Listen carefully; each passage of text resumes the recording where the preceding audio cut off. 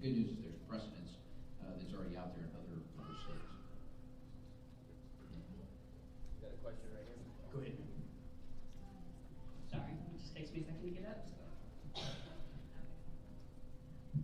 I have a question that's wrapped up in 5 steps. It's very short because I do have a copy of this. I only have 2. You'll have to get copies if you need them. But this was something that I put together from my own experiences, some of my piano students, that Corvius has had a standing operating procedure for any problems that people have. Definitely want to need them. But this was something that I put together from my own experiences, some of my piano students, mold, body and head hair, and blood. Previous tenants have been charged for move-out expenses. Those fixes have never been taken care of. I had a friend who lived in Linden Oaks who paid for custom garden rocks. Very cute. They were charged for rock removal. That was 9 years ago. I drove by. Those rocks are still there. So Corvius is taking that money. What are they doing with it if these fixes are not being taken care of? They deny that existing problems are in fact existing. For mine, they said that my 88 home was accessible despite not having a ramp for entry. It has a ledge that, if you would like to see, I cannot get, in my wheelchair, I cannot get over this ledge. That was what they said was my accessible way into the house. We had to wait months for a ramp. They lied and said it took weeks.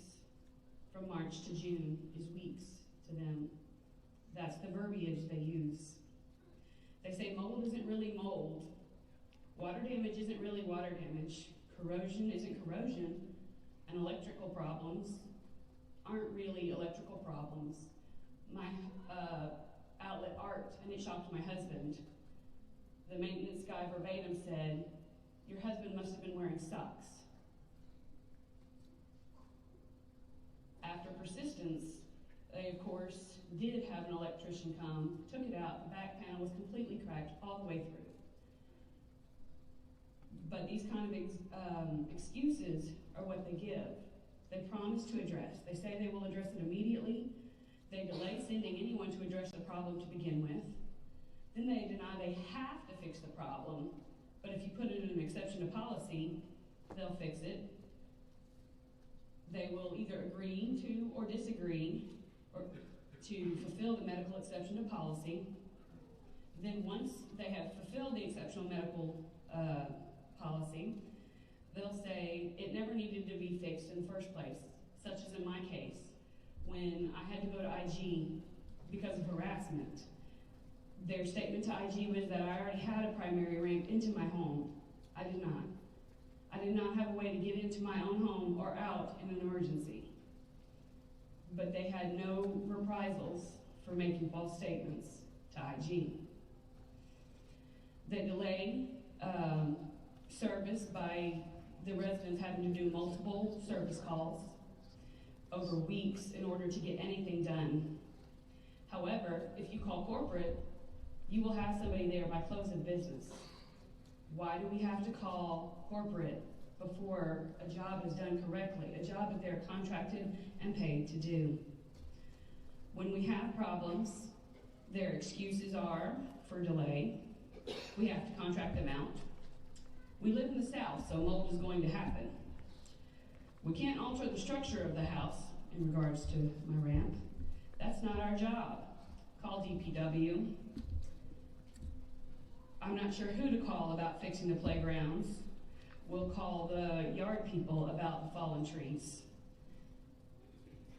They will refuse to follow exception to policy requests, but fulfill those exact same requests in other homes. For example, our exception to policy was to have the carpets removed and the air ducts cleaned. They refused to do the carpet removal. But down the street, a neighbor who did not request hardwood or laminate, they showed up and they gave her new hardwoods or laminate. She didn't ask for it. They just started doing it in the whole neighborhood, knowing that there were already requests that they had denied. It makes no sense.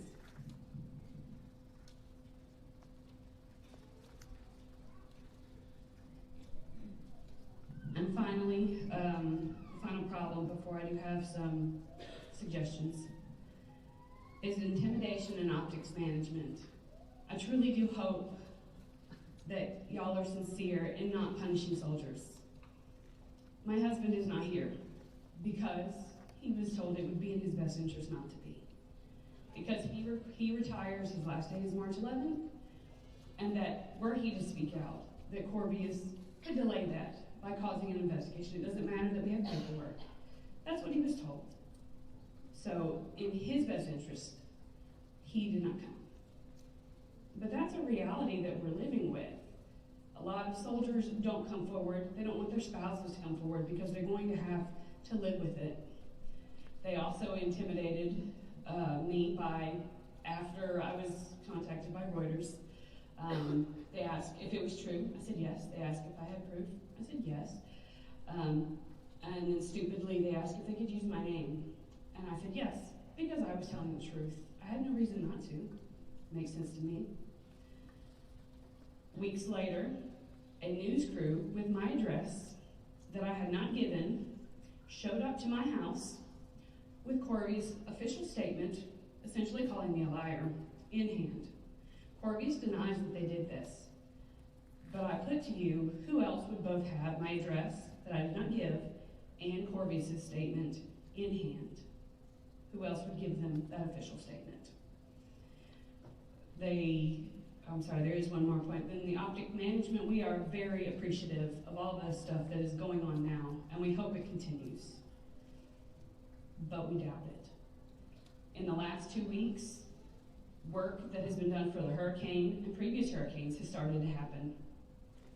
The last 2 weeks, I've seen more people having their houses repaired, their walls repaired, just anything in general, playgrounds, everything that y'all are supposed to have already managed in the last 2 weeks, just so that y'all don't look bad. And that's what it feels like.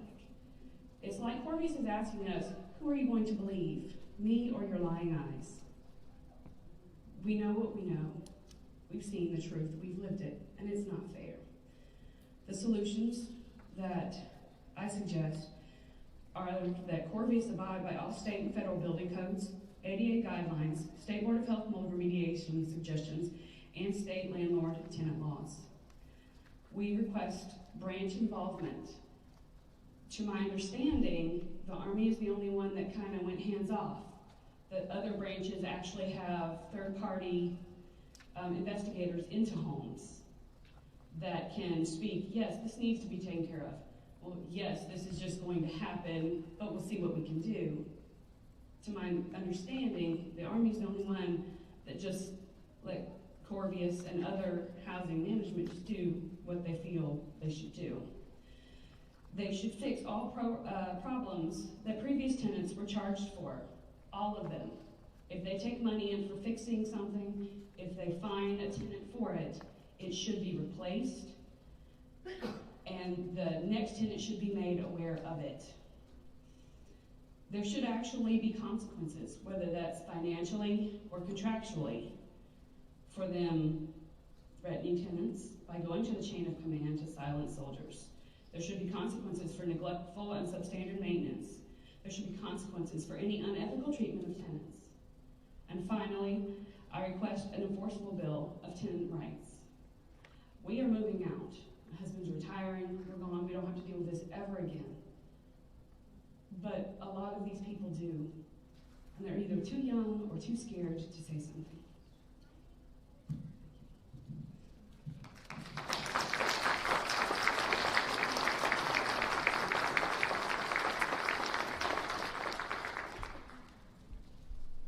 Ma'am, I'm going to address one portion and I'm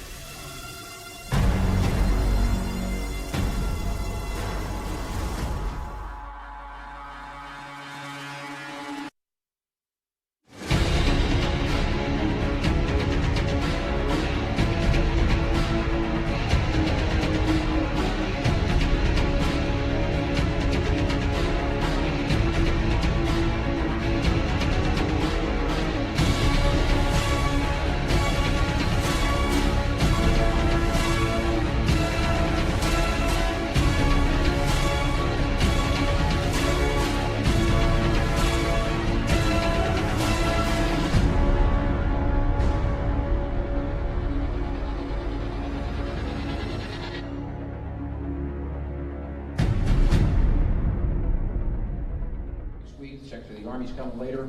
And so there's going to be other venues in which we can do this. And even after this first 30 days, if we're not coming back together as a community and talking about it, we're not going to resolve it over the long term, because there will be things that still are not addressed and taken care of. And so we're going to have to continue to come back and address these over the long term. So I on behalf of General LaCamera, General McKiernan, my personal thanks for you being here today, and your courage and your candor in your comments. So thank you very much.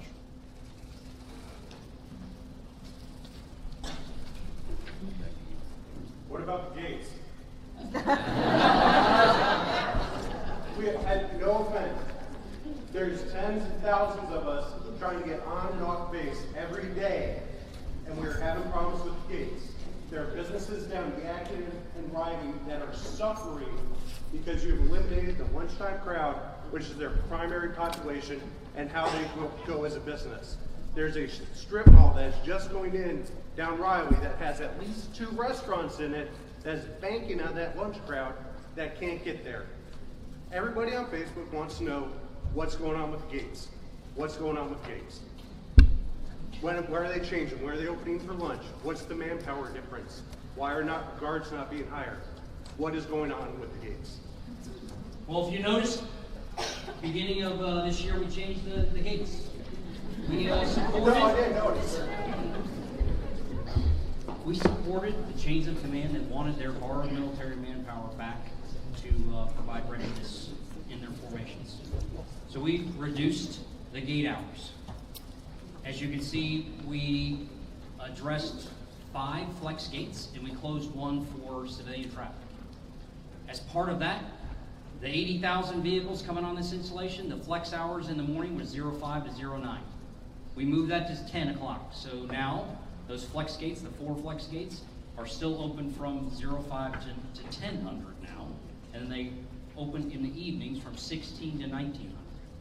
We just changed, because we brought additional DA security guards and they completed all their training, to Manchester Gate to help Linden Oaks get on and off this installation from 05 in the morning to 1900 in the evenings. The very next gate we're going to go to, once we get additional DA security guards on, is Riley Road. And it'll be exactly like we did in Manchester, from 05 to 1900. I can't change the hours right now until I get additional personnel to do that. It's going to take a little bit more time because I focused on Manchester right now. Once I get those additional personnel on board, they will go to Riley. Okay? Once 295 is all complete, there will be another review of how we're actually getting people on and off this installation, because those 2 gates that are associated with the exit and onward movement in that vicinity, primarily Canopy and Riley, there'll be another look at that and potentially impacts to other gates of whether we change Riley from being a flex to Yadkin to being a flex, or I'm just talking through the dynamics of the review is continually going on. What we did notice is, because we did a traffic study, both prior to, so we did one in December and we did one in January. There's still about 80,000 vehicles that come on this installation. The true telling portion of that was when the true demands of those gates occur is between 7 and 9. They're still the same gates. It's still the same conditions. So I'm wondering why there's so much more of a backlog during those time frames, because we didn't change those hours. So I think it originally was some challenges with the patience of people, because they all thought that those flex gates were not open. They are open. And I believe that some of the traffic, some of the lights, some of the timing of the lights has actually been adjusted to support both onward and exiting off this installation as a result of some of the feedback that we received from the community. Does that answer your question? It answers the question for morning and afternoon? Yes. No, sure. Well, what it doesn't do is it doesn't solve service veterans, families that are dependent on the lunch crowd. No offense to MWR, we cannot, on base, you can't get in and out. I tried it last week.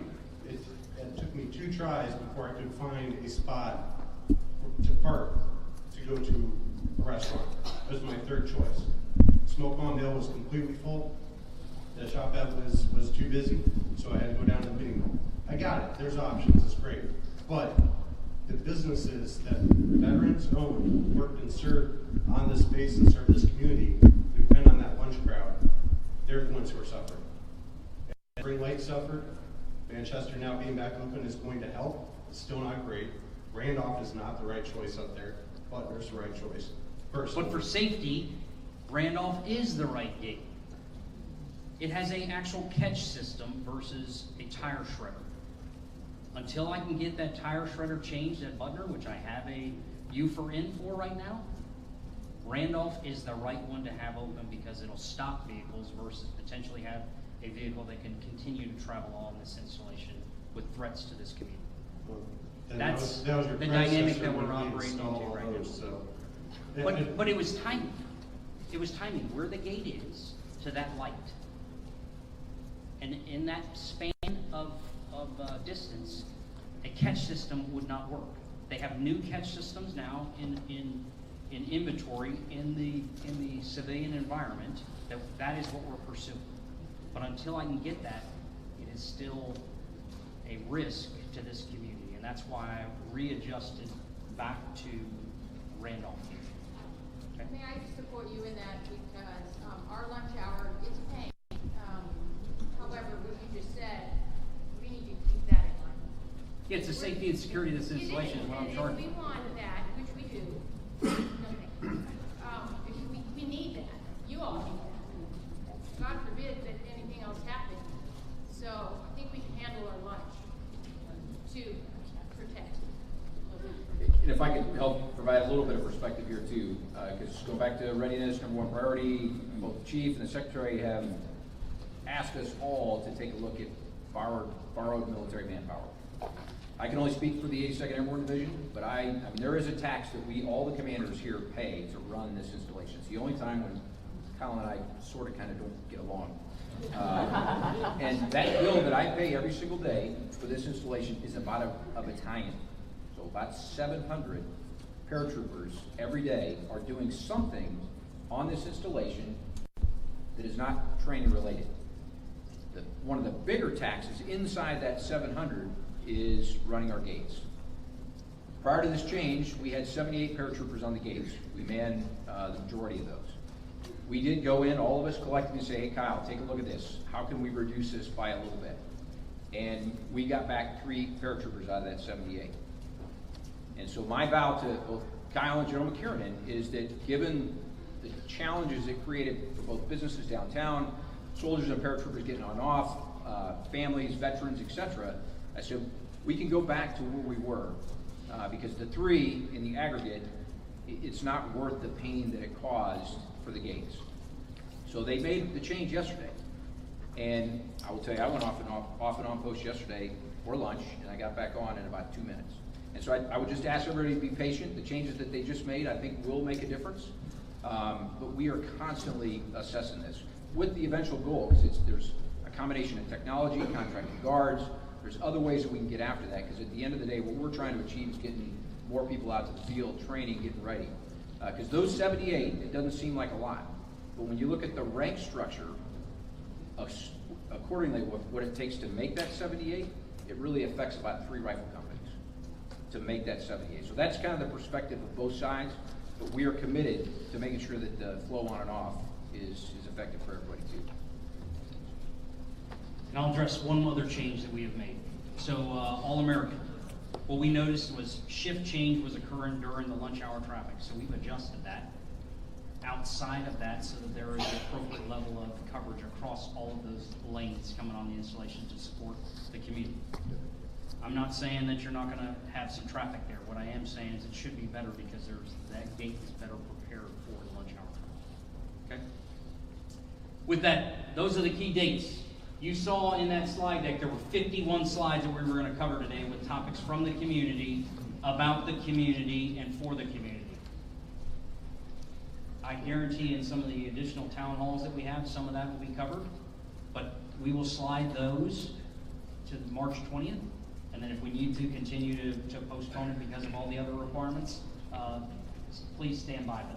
The next date for this type coverage will be March 20th, in here for the community information exchange, as well as addressing the topics that were brought up by the community to help inform you of what is going on across the legislature.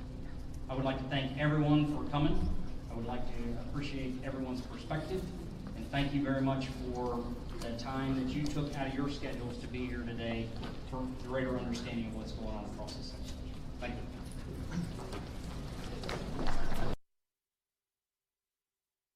This is a public service announcement from C.T. Fletcher.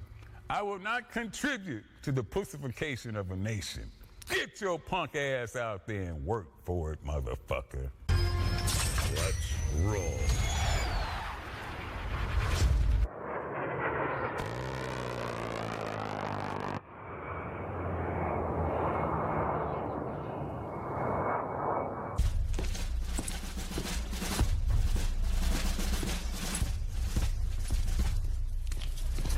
Morning, Sergeant Major. How do you know what kind of goddamn day it is?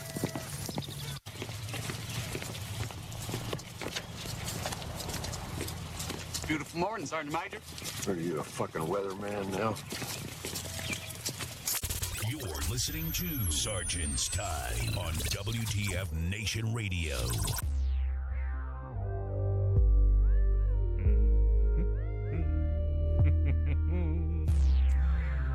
Oh, good evening. Good evening, good evening, good evening. Welcome to Sergeant's Time, WTF Nation Radio, broadcasting live from the Functional Veterans Center of Excellence. Ice. And in the gun right now, hanging out with me, is Spanky. Hey y'all. Oh man, okay, let's get down to the meat and potatoes. Look, straight up, in case you guys have not been paying attention, currently right now, the main page and WTF Nation Radio is currently streaming all the town halls when it comes to the housing issue. The reason why this is getting out is because we want this recorded for historical facts and for archiving. Here's the thing. What you saw in the beginning of the show, some individuals had asked, they had missed the Fort Bragg one and asked me if we were going to post anything up recapping a specific spouse that went up there to discuss what happened. And so, of course, we got that information, and then somebody asked about the gates. We wanted to hear about the gates. And so everyone's like, yep, let's get this video down, and then, straight up, good to go. We'll ensure that you guys in the WTF Nation chats, in Mixer chats, and, of course, out around the world in the global WTF Nation network can get all the information. So the first video that you saw was a spouse who at the time that had discussed the situation to the media thought that she was going to be okay. Now look, at this point, due to the fact that there's so much complaining and so much, I don't think anyone should dime out a spouse or get pissed off at a spouse for opening and discussing to the media. They are not in the military. However, the individual that she spoke to from the media just happened to be the one from Reuters. And the next thing you know, if you didn't catch it, the reporter from Reuters showed up with a handwritten letter just freshly printed off from Corvias. And first off, how did they get on post? And second off, how did they get her address? And that's what I want to fucking know. She also stated the fact that her husband was advised, who was a service member, not to come to the town hall. I'm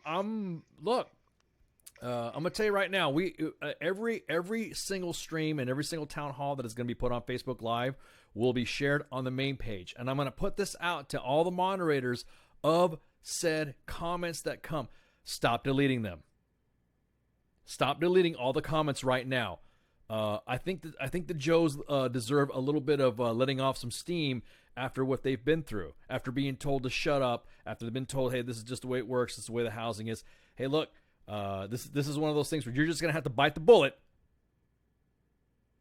And if I see that Fort Carson currently right now and Fort Hood currently right now having their town hall, I will, as a matter of fact, WTF Nation, go ahead and take a look over there and jump in if you're assigned to those installations. If you're not aware, they're streaming currently now on all 3 venues that we have on U.S. Army WTF Moments and WTF Nation Radio. And, of course, if you are from the installation and you have issues, Fort Bragg, when they did theirs, they had representative of housing and they had the public affairs office from Fort Bragg inside the chats moderating, and they were jabbing back and forth, joking with us, and they were good sports about it. Fort Carson, though, we see you deleting the comments.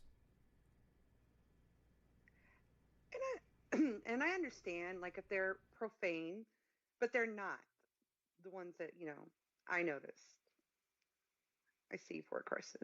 Yeah, I see. Yeah, we see you, Fort Carson. We're watching you, Fort Carson. Yeah, I see you. As a matter of fact, I'm looking up right now on the timeline. We're right below you, and we see you up there. I see you. Yeah. Looking up Fort Carson's skirt. Anyways, so don't delete the comments, please, because there are soldiers in there. If you're that worried about what the comments are saying, that is exactly what the soldiers point. That's the whole point of what the soldiers have been trying to say. These soldiers have been trying to say this. What you are doing is you are giving those soldiers the straight up. You're supporting their statements. You're supporting exactly what they've been talking about. You deleting those comments off of your timeline on a town hall is bad juju. It's bad business. You shouldn't do it. Don't do it. You're looking at it right now. Everyone's like, oh, I'm not touching the timeline now. You better not. From 1 million followers of the WTF Nation, our memes will blot out the sun.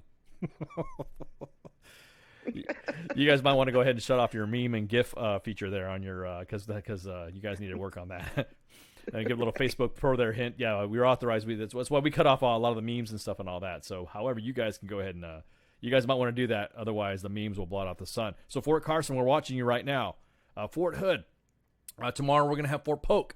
Fort Polk will be streaming on U.S. Army WTF Moments. We're going to share it. We didn't do anything special or something like that. We're just going to share it because you guys need to know it's Polk. Now, from what I'm hearing, Fort Polk, loaded. It's going to be worse. It's going to be bad. I remember seeing a lot of these pictures. Thankfully, I've never had to live in housing at Fort Polk. Right. Exactly that, That's right. That's right, Mom. That's the whole reason why you have a town hall. It's for the moment and for the time for the soldiers to air exactly what's happening. We want to hear from you. It's for the soldiers. It's all about the soldiers and their families. Let them talk. You're deleting those comments. While we were playing those videos, we shot up real quick about 400 or 500 viewers. Reason why you don't. Hey, Fort Carson, there are other people watching your timeline. You don't know, right? We know who follows, who's looking at it, and who's we see officials looking at it and liking and loving it. I mean, I did like the idea that all these installations are doing them on Facebook Live. I mean, there's a lot of soldiers that can't make it. There's a lot of family members that can't make it. I mean, soldiers are deployed. Soldiers are in the field. Soldiers are in Korea and their family members are back in stateside and in housing, and they get to, participate in these town halls when they can't physically be there. So I do like that the installations are going to doing them on Facebook Live so they can at least see what's going on in real time.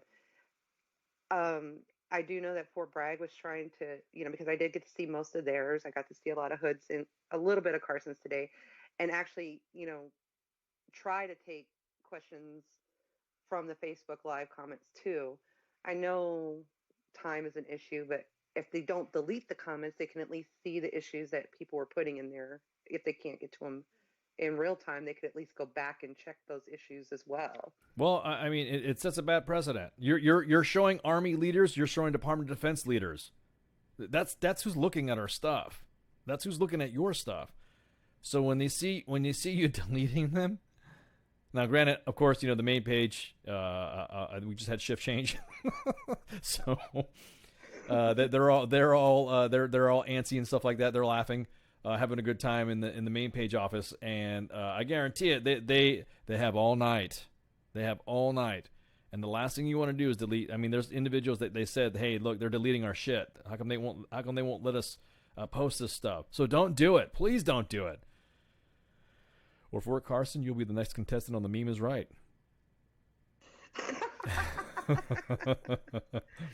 So currently, right now, there's going to be Army-wide installation town halls to discuss the issues and all that. Now, I'm not saying that Fort Bragg's the center of the universe, but they did it right. They took questions. They had individuals come up, and they said, speak up, speak up, speak up, and so saith it came. Individuals were speaking up. Of course, after the intro, you saw the guy that was not letting the commanders getting away with anything. You saw them. What about the gates? Right? You saw that. They're like, Oh, yeah, they were trying to close out. They were trying to close out. All right, guys, let's go ahead and wrap this up. You need to wrap this shit up. And the next thing you know, the guy goes, what about the gates? Not all heroes wear capes. They wear black polo shirts.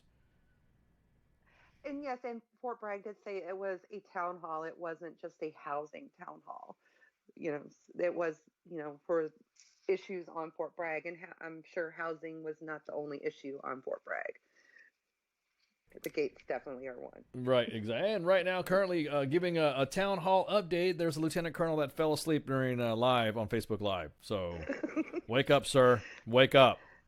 I mean, was that at Carson? Isn't it earlier there? Yeah, it's Carson. I don't know. Maybe he's taking medicinal marijuana or some shit. Maybe that is the leafy state. That is the leafy, and that is the ivy division. Mm-hmm. What kind of ivy you taking there, sir? Mm-hmm. Yeah. I mean, it's on their patch. Is it maybe it's on there exactly? Yeed. Oh God, yeah. So there you fucking go. Yep. Yeah, exactly. Again, the main page inbox is all open. So if you guys got any comments you want to share up there, we'll ask that too. I mean, because we're currently watching right now the Hood and the Carson Facebook Live town halls. Now, of course, I can't believe this tonight's show is bringing you live town hall coverage. We don't really talk about this, but a town hall is a town hall. We don't really discuss the intricacies of a town hall, but I think this issue right now has been pretty good. You guys want to go ahead and check out all the photos and stuff like that? Type in War on Mold, hashtag War on Mold in the main page search, and you'll see it. So again, I think it's pretty hilarious that yeah, exactly, Bill. It'd behoove you to wake up. To caveat of what Bailey said, it would behoove you to wake up. There we go. I got the C in the B word all in one there, Spanky. What do you think about that? You like shit? I'm gonna have a ticker. You're gonna have a ticker at the the behooving. The B's and the C's. The behooving. Oh gosh, I can't stand either of those words. And if you ever hear them come out my mouth, that's my cry for help. Yeah. So, anyways, again, just make sure you guys. Yes, you're correct there in the comments. Hey, a lot of individuals that you see in there. In the town halls, they are the representative of the Garrison Command and of the Installation Management Command. So, hey, take it all up. This is not the time to sit there and we're not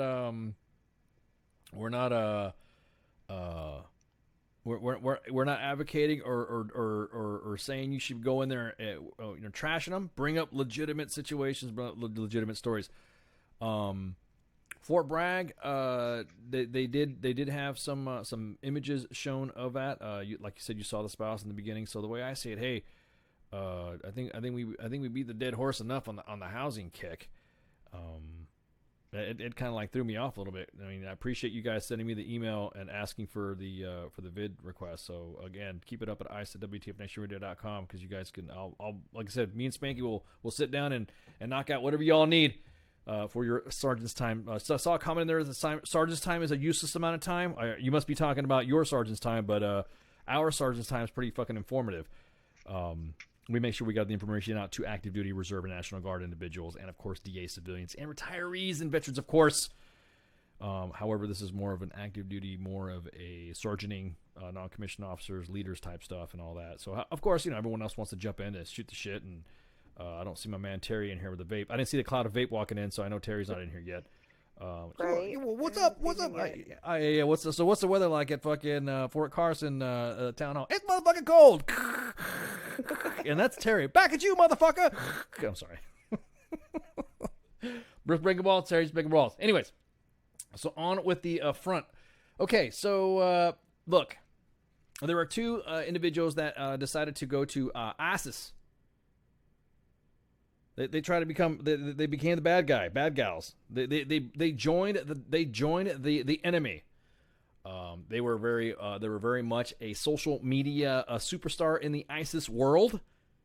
They also advocated the fact that we should kill Americans. That's what they were saying in their videos. That Americans must die and all that, quote unquote. They were also saying that they had burned their passports and they had burned. They had said that they disrespect the U.S. and blah blah blah blah blah blah. Blah. Right? That's the standard jihad. Allah's in the snack bar. Bullshit comments that they always fucking say. Right. So, well, they've been captured. The Kurds captured them. And lo and behold, now they don't want to play ISIS anymore.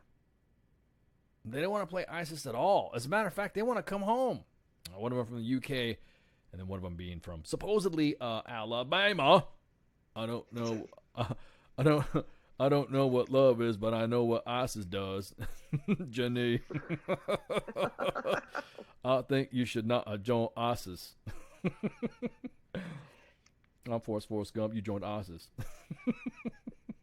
Bitch. I can't believe they fucking did that. So they thought they were being cool. They were being on fleek with the jihads. And now they want to come back. One of them is a citizen of the UK. The UK said, oh, hell no, you ain't coming back. You are done. As a matter of fact, you go stay in wherever you're at. Which, the way I see it, that's good on our British partners.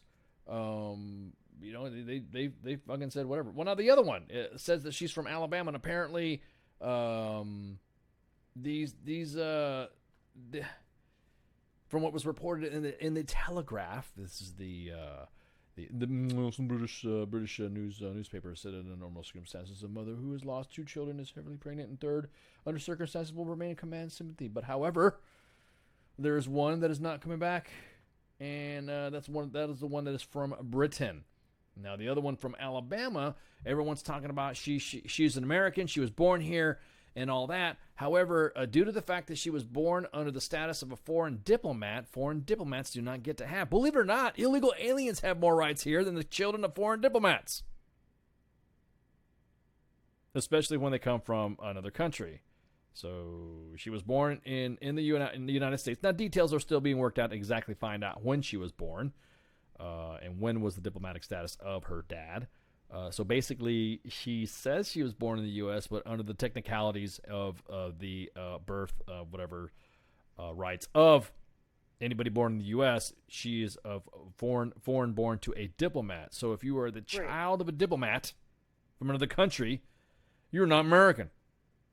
I mean, it's just like, if I had a baby while I was stationed in Germany, my child is still an American citizen just because she was, Correct, because the status of forces agreement has Right. exactly. The status of forces agreement established that already, that you will not you'll not you'll not hold our people against their wills and make them right. So I can see that, there's probably some same kind of agreement, that our diplomats over here that, their wives or whatever have babies, they wouldn't automatically be American citizens, because I'm assuming that most of them wouldn't, would still want to keep their, country citizenships. They're just diplomats over here, that still have sex and have babies. Well, yeah, I mean, we still have. I know what I'm saying, that we have the same kind of agreement. Yeah, correct. It's the same thing. So they're not afforded. So now they're all, because she's, she lives in Alabama. So that means she was here illegal. So that means she's illegal, right? I mean, doesn't that mean she's illegal? If she's, I'm not so much on the diplomatic side of the house when it comes to that shit, but that seems to be a technicality. That means she was illegal Aryan. Oh, yeah. Why would she be in fucking Alabama too? I know, of all places. I know. You know, it would really be fucked up to want to come home to Alabama. Right? Roll Tide. Not for her. She ain't jihading that tie. That's fucking awesome. I think it's a little bit of irony that that she's not coming home. Stay over there, do ISIS things. Yeah, really. Yeah, you joined ISIS. You joined ISIS and you want to be part of the problem. The way I see it, once you join the enemy and you want to join the enemy, it doesn't matter. Everyone's going to be talking about, oh, ISIS messed up. I'm going to talk about I'm talking about the ideology and the ones because well, let's not pick pepper out of fly shit, right? Didn't they say that they were a state? Right. Didn't they say And that? So it's if not like you join just change your mind, like yeah. oh, So if you I'm gonna go join to Target. so if you join a foreign state or military, what does that make you? What does that make you? It kind of makes you a traitor, doesn't it? I mean, usually it's common sense. I mean, pretty sure. I don't think we need the judge. I don't think we need the judge to have us to give us a call and give us the technicalities or the intricacies of treason or being a traitor. I mean, it's like she's in the military because if she was in the military, she'd be fucking whatever. So, the Secretary of the State, Pompeo, discussed the fact that he just said she ain't coming back. Like, she ain't coming back. Like ain't coming back at all. Secretary of State said she's been denied to come back. She's not a citizen. So they must know something. You know what I mean? They must know some of that detail. But D. Treasy said she ain't coming home. She ain't coming. She ain't coming home to Sweet Home Alabama. That's the only time I'm singing that song with some pride. You ain't coming. Yeah. In Birmingham, they love the jihad. Woo, woo, woo. Anyways, I'm just kidding, Birmingham, Alabama. I'm just breaking balls. I'm just making fun and poking fun at the issue that you revoke your citizenship. You don't want to be an American and you want to join a foreign state against us and claim that shit? Done. See you. Don't want to be you. Like you said, though, I mean, ISIS must really be fucked up if you want to go back to Alabama. I'm not. Right. I'm just damn. She didn't want to say I want to go back to New York. I want to go back to. Right. I want to go. I don't know. I want to go to Florida. Yeah. I want to go to. I want to go to like California or I want to go to Texas. And nothing like that. No, she's like, yeah, Durka, Alabama. You know what I mean? Just yeah. No, I'm breaking balls, Alabama.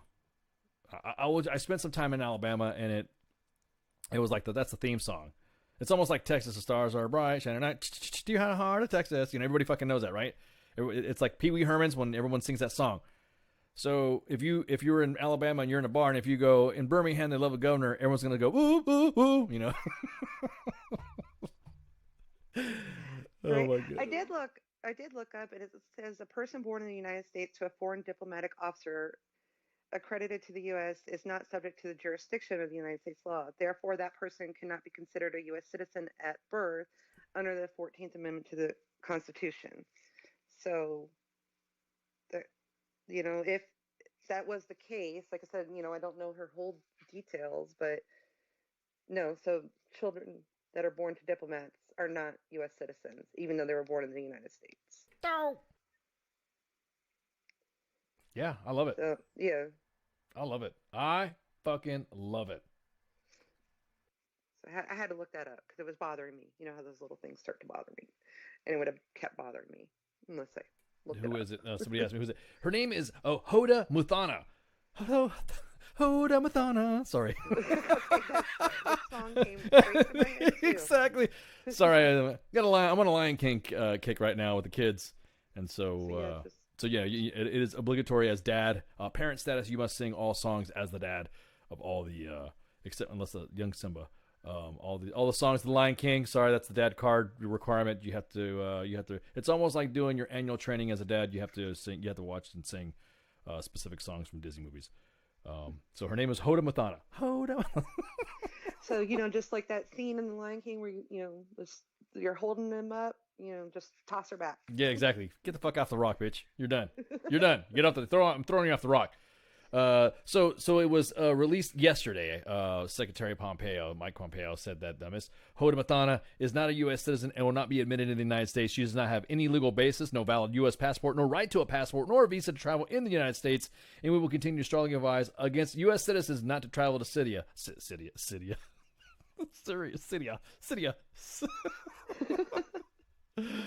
Oh my God. No, I haven't had anything to drink. Syria. Hoda Muthana. Ain't coming this way. Hoda Muthana. Ain't no jihad, babe. You ain't coming back, bitch. I love it. And I hope you're listening to us on WTF Nation Radio around the globe. You ain't coming back. America. Exactly. America. Freedom is free. Not living free. Love it. Oh, I fucking love it. This is awesome. Why should she come back? She turned her back on her country. The way I see it, if you turn your back on your country, hey, look, our country's not perfect, but it's the best country in the fucking planet, in the universe, in the galaxy. Under the stars of Draco, Cassiopeia.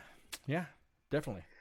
Well, I read that she was brainwashed into joining ISIS, but like, so what changed now? Like, she unwashed? She got unwashed? She got unbrainwashed. It's about the vets. Right. Like, so how does that happen? Like, yeah. No, Bailey. I mean, I've not had any Tecate. I'm just slurring. I don't know why I'm slurring my words, Bailey. I think I just had a stroke. Sorry. That's not allowed. No, I know. I'm sorry. I don't. My age. You can't joke about your health without people getting upset. You guys in the mixer chat are like spouting out fucking Sweet Home Alabama lyrics and shit. It was a joke. So I'm not gonna fucking say it. Oh man. Yeah, she misses bacon. That's right, Jake. She misses fucking bacon. She does. Again, you turn your back on your country, you ain't coming back. The way I see it. I mean, I'll politely tell you, you're not coming back. You turned your back on your country. If you sit there and you post videos online and you swear allegiance, it's not like we don't have the videos. It's not like the U.S. government does not have the videos. Oh, actually, ISIS has the videos, and everyone's stolen them off there and forwarded them out and shared it. The internet is always alive with that information. And if you just done jihad janed yourself on that shit, then guess what? You're done. Isn't that what you need to do to refute or what do they call that? What I renounce my citizenship. If you say that, it's like saying Beetlejuice and shit, Right. Say it 3 times. Say it 3 times and everybody knows you're serious. Right. And I'm like, what if we did let her back in, and then I'm sure every video of anything she's ever done, then that would all get released. And then we'd have to prosecute her. So just save a bunch of money and just leave her there and let the drone find her one day. Yeah, I mean, that's exactly what would happen. Like, yeah. We'd have to prosecute her if we brought her back. So, well, you know what? There is, believe it or not, the Center for American Islamic Studies or something like that, CARE, they actually said, no, bring her back. She said she's willing to serve her time. See, that's why I got that emoji up. You know what I mean? If so she were serve her time, that'd be like the rest of her life. If it's but no. You're right. She could come back and she serves her time and then gets deported. Who fucking said she's staying here? I'm just saying that's a good point there, Center for Islamic Studies. There, you're kind of right. You're kind of right. Maybe she should come back and serve some time. I don't know. I think what they're worried about, Mr. Drone flying around and shit. You know what I mean? Right. Yeah, they're about. Can you smell what the drone is cooking? That's what they're fucking worried about. They're fucking straight. They are worried about the drone coming over. They're worried about them getting droned. Hey, look again. Oh, you're not a citizen. You're not a citizen. Right. So maybe she's gonna, jump the border, just show up, and then we're gonna have to arrest her and prosecute her then, or they're just gonna deport her, or throw her back over the rock. Yeah, really, throw over the rock. You're not going to believe this. I saw Ice. He was on the rock, and then he threw this girl over the rock. He said, "You do not read an account. You are out here." Oh man. Oh god. I don't know what's more funnier, Juicy Smollett's story or fucking this one. I think it's hilarious, but anyways, right. Yeah. So again, enough with that. Again, man, I really don't want to beat this dead horse on the fucking housing shit. So follow along the stories that you see on U.S. Army WTF Moments on the town halls. And again, of course, if you want to see the town halls, every town hall has been digitally recorded. Yeah, Fort Carson, we got you. You know exactly what you're doing. Yeah, we see you. Yeah. Yep, I see ya. Shame bell ladies coming behind you. Yeah, exactly. Yeah, exactly. Oh, that's fucking crazy. So, anyways, what was I gonna say? And other stories right now. I guess apparently, real quick, there is a that was a story I was looking at right here. Hang on. God, what the hell? I just had it up. I literally just had it up, and I think my computer is taking fritz because it's like hang on. So here, real quick, I'll give you the gist and skinny of it real quick, and it has to do. An OPSEC monkey will probably call in once he hears this to chime in about it. So here's what happened. There's currently an exercise going on overseas with our NATO partners, and what they did was they had did this little little event that they had. This little event included just saying, hey, you know what? I wonder how much I wonder how much we can get from the people that are participating in the exercise. When that's called red teaming in the world when you're trying to find a specific event. It's almost like say for instance you have an installation. It's I guess the real quick easy explanation is that you have a facility or you have a capability that you want to see if it can be exploited. So you are a member of a team that goes and sets it up to see if they can disable its defenses. So there was an exercise in NATO. And what it was is that this exercise had individuals that were participating in this exercise and then started posting shit on that to see if they can exploit American and allied soldiers on their fucking social media. Well, it come to find out that not only did they use data people shared publicly on social media to connect with soldiers, but they set up like a honeypot page designed to lure soldiers into closed groups on Facebook using fake accounts and impersonated real people to engage with their targets. So all the stuff that was out there in the open that the Joes just threw out with, dick pics and fucking, and also the stuff like that. They were able to get involved in finding out. Now, mind you, this is the NATO. This is their allies. So it probably had American, British, and all this stuff. They were tracking soldiers on social media. The researchers were able to discover the dates of the exercise, follow the movement of the battalions, and pinpoint their exact locations. Through direct contact with the soldiers, the researchers were able to find out their approximate location to include crucial personnel. All the participants targeted shared pictures with military equipment, and the article said, or the report said, that that Facebook said, these are fake pages, and they took them down, identified, but there was never really, they never were able to find out who were the individuals impersonating said group. Well, they were able to find, and the data that they were able to secure some data of individuals, of senior ranking personnel that had their face all planted all over, what is that? What's the name of that, the dating app? What's that called? Tinder? Grindr? There's Tinder, Bumble, Grindr is one too. Yeah, Grindr. Well, they were on all of them. The guys were they were getting catfished, or whatever it was called. So they were basically, these NATO researchers were able to hook, line, and sinker Joe, and they were able to grab onto personas and grab onto real identities and scraping a lot of data. So guys and gals, real quick, lock your shit down. Lock your shit down, because that's what's happening out there. You got guys and individuals that are going to release, if you don't do this, I'm going to release pictures of you having bestiality or something like that. And of course, it's a scam if you fall for it, unless you did it. Then that's what they're doing. Oh, no, we're not doing that. And so they were finding guys and gals that were out there deployed in this exercise, and they were able to give up sensitive information of what they did, where they were at, what their status was in country with these fucking sites, with these fucking things. Because I guess some guys are like really throwing more details on the Tinders and the Bumbles and the Grinders and stuff like that.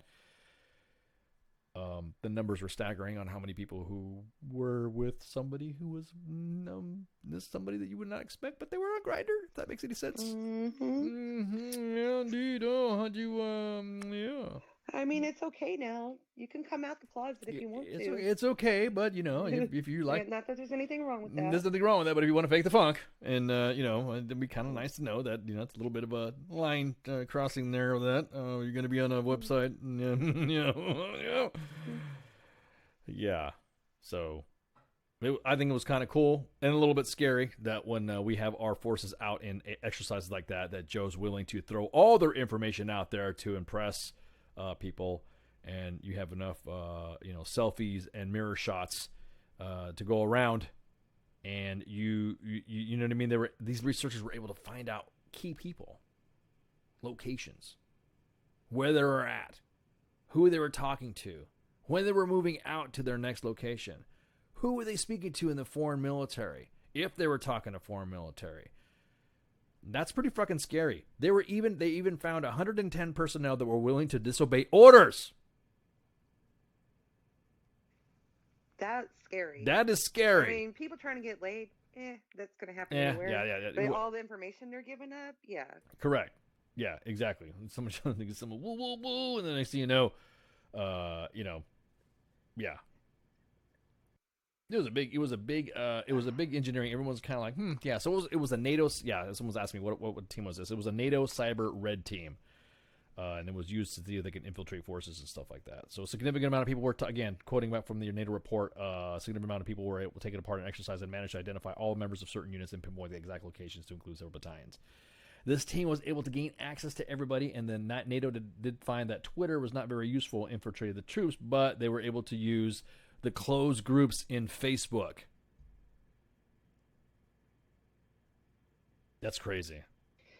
I know, because people think just because it's a closed group, like, nobody can figure out what's in there. Yeah, you can.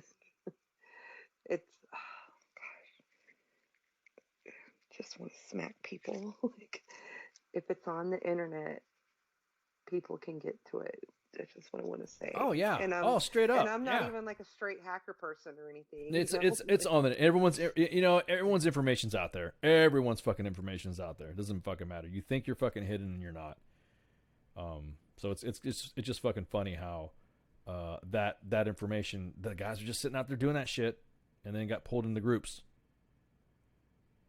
I'm kind of curious to find out what kind of groups they were. Right. I get invited to groups all the time. They're like, "Ice, would you like to join this group? I think you think it's cool." And I go in there. I'm like, "Oh yeah, this is whoa. Oh no, I'm getting the fuck out." Nope, don't need that. No, thank you for the invite, brother. But I'm not going to participate. Oh, come on, man, go, it's cool. Yeah. So again, that's a NATO red team. That's fucking unreal. Because lately everyone's been talking about the fact of the vehicles and stuff being able to be hackable. And so currently, right now, since we're on the cyber tip right now, operating on the fifth domain, everyone's talking about a cyber vulnerability that was found in a upgun Striker vehicle. So now they're saying, check this out. This is fucking crazy. The Army's beefed up the firepower of the new Striker. I guess they're adding 30 Mike on there. They're adding 30mm cannons onto their system with remote firing javelin missiles, making it better for them to take on light armored and armored threats. However, they found out how to hack them. They found out how to hack a gun, which I didn't know you could do that. I didn't either, but I'm pretty technically special. I'll use that word, special. Well, yeah, you're not, well. Check this out. This is what they found out. Another report. Guys, this is awesome. I like how I'm glad we're identifying this stuff so we can clamp this shit down. I mean, no, they didn't find a gun on. The gun wasn't on social media. There was nobody doing. It wasn't on Grindr. The gun wasn't on Grindr doing gun pics. You know what I mean? Look at my barrel. You know what I mean? Wasn't doing that. There was an annual report that the test evaluation board for the Department of Defense that overviews the Army, Navy, and Air Force programs. The Army section contained 24 systems with reviews and recommendations. Two of the reports were that the Striker Dragoon and Striker Crows. The Crows, if you guys don't know what the Crows is, it's a commonly remotely operated weapons station. The Crows, which basically it's like a remote control. It's a remote control turret, and you're sitting inside holding an Xbox controller, and then you're using that as a gun. So they have a Crow system now for a javelin. They have one for 50 cal and all that stuff. So the same thing with the gun. So they were able to find out that there are some cybersecurity vulnerabilities that can be exploited. They were not simply revealed in the testing, but the adversaries demonstrated the ability to degrade select capabilities of the Striker when operating in contested cyber environments. So that means it was hacked. That's like fucking scary. Could you imagine you're sitting there fucking driving a fucking Striker around? Right, and all of a sudden, starts shooting off. Yeah, the gun starts going off. Or turning on. Yeah, exactly. Or turning against you, or turning against your teammates, or something like that. That's fucking crazy shit. I couldn't even imagine. I could not even imagine. Just no way, dude. That's crazy. So I don't even know how to fix that because I couldn't even imagine it happening. So it's like, I guess this is the downside of so much stuff being computerized now. It's not just pull trigger, go boom anymore. Right. Exactly. It is back to the okay. Well, we're gonna go ahead and have this gun here, and we're gonna make this gun so vulnerable that it's going to make it the ability for the enemies to hack into the Xbox controller, and that's it.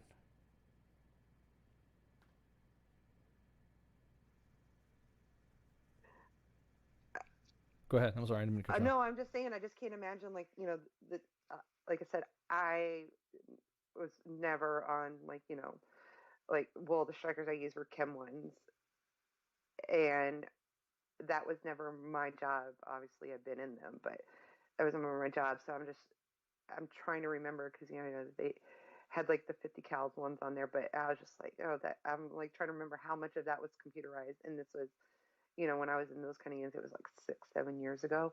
So I'm like, I'm trying to think of how much computerized stuff is in there that they could have hacked into then, and it wasn't that much that long ago. So it's just like it's like just make it racking my brain, like, oh my gosh. I think we should just go back to pull trigger, go boom. We should just go back to guns that are operated with just like a battery or something like that. It's got a little engine or something, a little motor that fucking operates that. Yeah, you're right. Right. And I'm sure there's going to be ways to protect against that, just like there, you know, there's firewalls and this, that, you know, you can't hack in people's computers. I'm sure there's, you know, if they have identified it, they'll be able to identify a way to, you know, protect against it. Right. Exactly. You can't. I mean, like I said, that's opposite monkey level type thinking about it. Yeah, right. I mean, and what's funny is that somebody like OPSEC Monkey would be the one to try to figure out how to fucking do it. You know what I mean? Right. I don't look at a gun and say, let's see if I can hack it. I don't look at the gun like that. I look at the gun, I'm like, oh, that's a cool gun. You know what I mean? Like, this is pretty cool. This is good shit. You know, I want to, you know, blast some shits. And, you know, I want to fire them guns. And, you know, OPSEC Monkey would be the one that's like waving his hand over going, oh. You know, like well, Neo I know, and but shit. it's good that you have someone that's on our side that, you know, wants to try to figure that out, because if he can, then somebody else can. Yeah. And then, you know, if you can figure it out, you can figure out how to stop someone else from doing it too. Yeah, I'm not gonna. Yeah, I'm not gonna. Nope. Nope, not gonna mess with it. That right there, that'd be my like. I'd mess something up, and you know, right. you want to. Yeah, no. I would, you know, have like an app for it or something like that, or have it hooked up to the gun. You know, right. Me in the motor pool hanging out, and next thing you know, you see the gun start twirling around, and you see me with my fucking phone. You know, playing. Let's an app for that. Look at this. Right. I think it's fucking fun. I didn't do nothing. Yeah, right. Exactly. It wasn't me. But anywho. Yeah, so that's what's going on with the striker. Hey, we're gonna take a break. We're gonna take a breaks on the bottom of the hour, for a little bit, so that way we can refresh and drink. Because I know most of the videos, so don't worry, guys. We're gonna be back on, and we'll be back in a minute. So get some drinks and shots. Watch the town halls. WTF Nation Radio. WTF Nation Radio. Take it from me, Ice. You can't just float around space not caring about stuff forever. The voice of U.S. Army. WTF Moments. This is WTF Nation Radio. Shit in the bag, Pogue.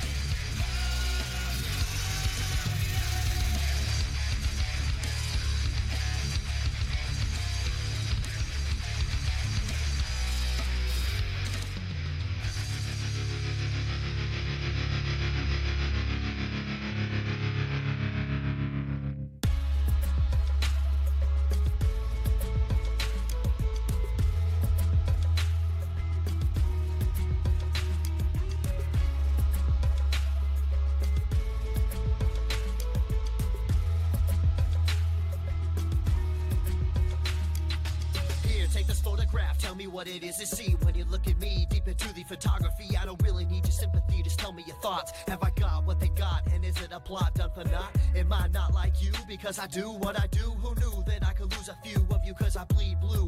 But it's true, I know cause I see it every day as I work and I sleep the day away. Like you I have pain and like you I have fear. Can I pay all of the bills and still make it through the year? Will I make it home alive? Should I pray to the sky every day and every night? Will I hold you by my side? But in the public eye, I don't even have a heart. A robot of the system moving only when I'm told to start. Rip apart my art, I'm strong like a flower blooming. You got it all wrong, I know I'm breathe, I breathe. And like you see, I see. And like you need, I need. And like you bleed, I bleed. Don't treat me like an object, I'm tested and proven. Mind, heart, and soul, I'll always be a human. Like you breathe, I breathe. And like you see, I see. And like you need, I need. And like you bleed, I bleed. Don't treat me like an object, I'm tested and proven. Mind, heart, and soul, I'll always be a human. Call me a vet like a soldier. Green beret, 21 gun salute, don't wanna see the day. In the constant war zone, in the home of the brave, where they hate the police until they saving the day. I got kids like you, a mortgage like you, so blue lives matter, and so does yours too. All this separation and divide, open your eyes. If you cut us all open, we the same inside. The only difference is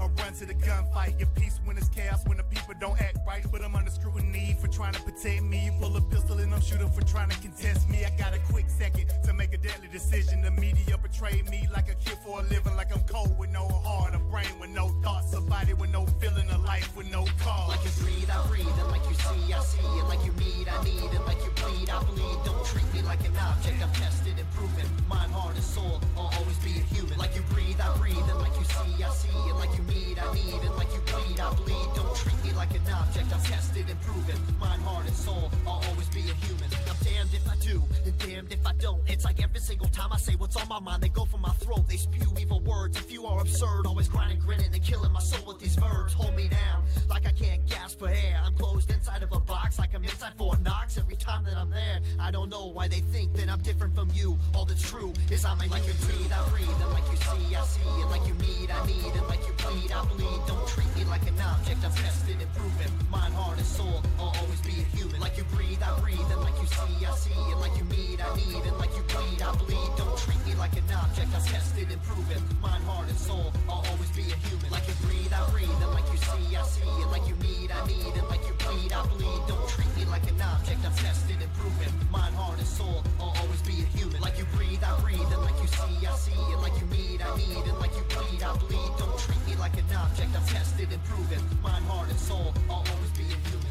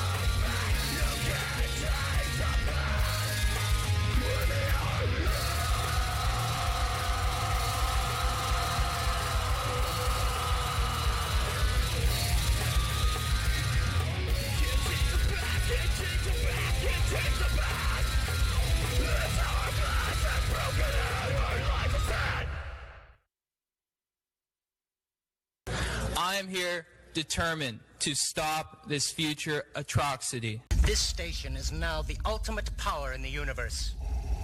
I suggest we use it.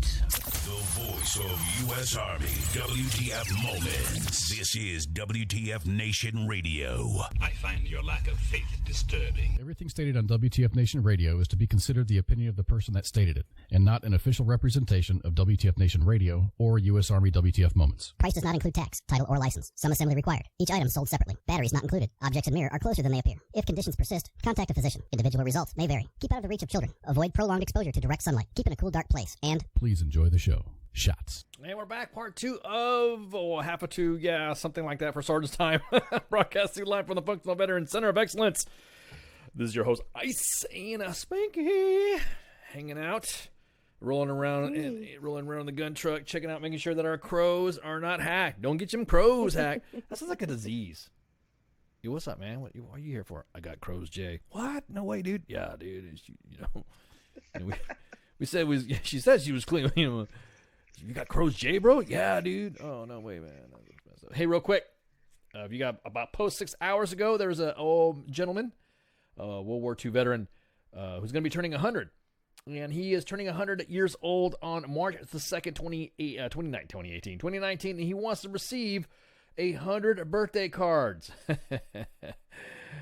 Well, sir, little does he know. If you go about 6 hours from the last post on the timeline at U.S. Army WTO Moments, we have a veteran that has a birthday wish. Joe Cuba served in the Army Air Corps from 43 to 45 in the South Pacific and Guam. He was one of the crew members that told the pilots when and where to drop the bombs. Bombardier, I guess. And Joe turns 100 this 2nd of March. So for his birthday, he just wants to receive 100 cards. Oh, Joe Cuba. We know that we're going to be able to give you a whole lot more than just 100. Probably about 100,000 maybe. So guys, if you guys look on the timeline and you'll see the address, send all postcards, birthday card wishes to Joe Cuba, like the country, Joe Cuba at 918 Midwestern Parkway, Wichita Falls, Texas, 76302. That's Joe Cuba, 918 Midwestern Parkway, Wichita Falls, Texas, 76302. And of course, if you want to check out the post on U.S. Army WTO Moments timeline, you'll be able to see that and get the information on there. And hey, why not? I mean, turning 100, man. God. God. I'm only a few years short of 100, but right. I'm just I'm a little shorter. God, I couldn't imagine turning 100 years old, World War II vet and all that. So, all the best wishes out to you, Mr. Cuba. Appreciate your service. And all he wants is a few cards. Oh, he just would like to have 100 cards. So, WTF Nation, hook it up. Send him the cards. Send him several 100,000. Hook it up. Hook it up. Okay, now on to some more stories. So check this out. Look. Joe's be doing some crazy ass shit. Joe's be doing some crazy. Listen, Fort Stewart, Georgia. Wow, holy crap! There were 2 soldiers at Fort Stewart, Georgia, that plotted the murder of the third. Now, here's what happened: 2 Georgia-based soldiers that pleaded not guilty. And this is from the Army Times. Hey, Army Times, you take our story, so we're gonna take some of yours. Meg. Yeah. Anyways, you take our stories, so we're gonna take our stories back. How about that? Okay, I'm breaking balls, Army Times. Come on, guys. I know. Yeah, we love you guys. You guys, we do a lot of sharing and stuff like that, so don't even say you don't, but we do. 2 soldiers have pleaded not guilty in the premeditated murder of the shooting death of Fort Stewart non-commissioned officer who was gunned down outside of his father's home on New Year's Eve. A police officer in St. Joseph's Township, Michigan, told a Marion County judge Wednesday that Specialist Camilla Hassel, age 22, had spent months planning the murder of her husband, Sergeant Tyrone Hassel, 23, at the hands of her boyfriend, Specialist Jeremy Cuellar, according to the Kalamazoo Gazette. So the 2 hashed out their plan over Snapchat. Everyone's like, Snapchat, it's a social media platform that deletes pictures and messages as soon as they've been viewed. Yeah. Which pretty soon, I think it's like the end of the year, they're not going to be doing that anymore. Them snaps are going to be cut. There's some solid snaps, is what they're calling them. So don't think, More stuff for me and OPSEC Monkey to play around with. Love it. Don't think your shit's locked down. They hashed out their plan over Snapchat and then told Mike Lanier told the court during the preliminary hearing that he testified that Specialist Hassel told police she had planned her husband's death. The two were having an affair, and the county I said country, but the country prosecutor, Michael Sepik said in a January news release, quote, the motive for the two to plot Sergeant Hassel's death may have been to continue the relationship and reap the Army death benefit for his murder. Hey, look, if you're getting some strange, it ain't worth it. Don't just move on out, get a divorce, and you'll be good to go. And be planning on murders and shit. Hassel faces 1 count of premeditated murder and 1 count of murder involving a family member with a gun. Cuellar is charged with 1 count of premeditated murder and 1 count of using a firearm to commit a felony. And they both are being held currently at the Berrien County Jail. Investigators believe that Specialist Hassel directed Cuellar to drive to Michigan in the days after Christmas where the married couple were visiting Sergeant Hassel's family. Sergeant Hassel was shot outside the home the two were staying as he returned from a New Year's Eve gathering at his father's house. All 3 soldiers have been assigned to 1st Armored Brigade Combat Team, 3rd ID. Damn, that fucking sucks. Damn, that sucks. If you want to break up, just break up. You know what I mean? Don't be trying to kill my ass and shit. You know what I mean? Just right. Let me, I mean, and it's pretty hard to spend some insurance money when you're in jail. Pretty sure they don't release it. Yeah, I mean, it's kind of like one of those things where it's like, yeah, just stop. That's fucked up. Yeah, killing a fucking fellow soldier like that, just fucking go away. It's fucked up. And again, yes, Snapchat may delete it, but it's pretty easy to capture it before it gets deleted. Yeah, it's pretty easy to get back. I mean, again, Snapchat is going to lose their snapping. They're going to have solid snaps. So that thing right there is a nope. What's up, Terry? I didn't see you in there. What you been up to, man? Motherfucker's cold ice. No, I'm just kidding. But yeah, so that's fucked up. Man, fuck that blows, man. Fuck that. Just get a divorce. Yeah, just get a divorce. Ain't no plotting, no bullshit. Hey, ain't gonna be split a bank account. Yeah, ain't no plotting, no nothing. You ain't just leave. Just fucking go. If you ain't worth, anyways, ain't fucking worth that shit. That's some fucked up shit. Just seeing that, just hearing about that stuff, that somebody would fucking plot like that. It's fucked up. So, anyways, go ahead. No, it just disgusts me. It's like, it's not worth, like, not only is a soldier lost his life, now these two will be spending the rest of their life in jail, and you know, I want to go take care of it myself. Yeah, exactly. No, I got you. I'm just kind of curious to know if they had any kids. I don't think they had any kids or like that, but I hope not. I mean, they probably would have mentioned it in the article if they did, but I hope not. Falcon 3-4, you're going to be 42 on March. Oh, you're just a baby. Oh, well, happy birthday on March 2nd. Happy birthday, March 2nd. Oh, yeah, his birthday's the same as Joe Cuba's. Yeah, Joe Cuba. It could have been his grandbaby. Yeah, yeah, exactly. Yeah, exactly. Hell, you could be my. No, just kidding. You be my kid. Damn. But anyways, yeah, so that's the story out of Fort Stewart. So another story out of Fort Jackson right now. We currently have, I guess y'all remember back on the main page, that there was a post about a Fort Jackson drill sergeant who fell asleep behind the wheel and killed 2 privates, pinned a private underneath the fucking water buffalo and drug another private on the road. Pretty bad accident and all this other shit. But the drill sergeant has been convicted, who fell asleep behind the wheel and has been sentenced to 18 months. So it was I guess you guys remember there was a post on there on the main page talking about some privates' deaths and stuff like that. But anyways, the drill sergeant has been sentenced to 18 months in prison. And the day after, he pled guilty to 3 counts in connection to the October 7, 2017 accident where he fell asleep and drove into a group of trainees on a road march. That's some fucked up shit. It is. And, I do think, for one, he admitted fault. 2, then he had just come off duty, like, a 24-hour duty or something like that, if I remember correctly. Correct. He nodded off behind the wheel, yeah. and the next thing you know, he awoke. He testified himself. He said he awoke to people screaming and shouting. He fell asleep at the wheel. I've always had an issue with, 24-hour duties. I always have. I'm like, you preach safety. I have to do trips, think I'm going to get 8 hours of sleep before I drive my car. Or, don't have to do it anymore because they took trips out of it. You say I have to get 8 hours sleep before I get behind the wheel, but you'll make me work 24 hours straight and drive home. And that's okay. And they'll probably never still change it, even though something like this happened. And like I said, drill sergeant took responsibility, said, yes, this happened. It's not like I saw his statement. He's horrified and still has to live the rest of his life knowing that he did this.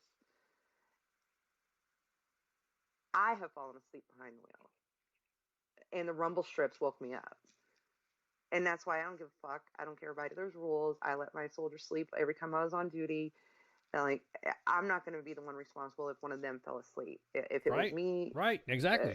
Like, Sergeant Major, come in. Where's your runner? Sleep? Or they're not supposed to be sleeping. They're still asleep. Yeah, exactly. That's the whole idea. What makes me mad too is that the Army. It was funny because the Army always did that.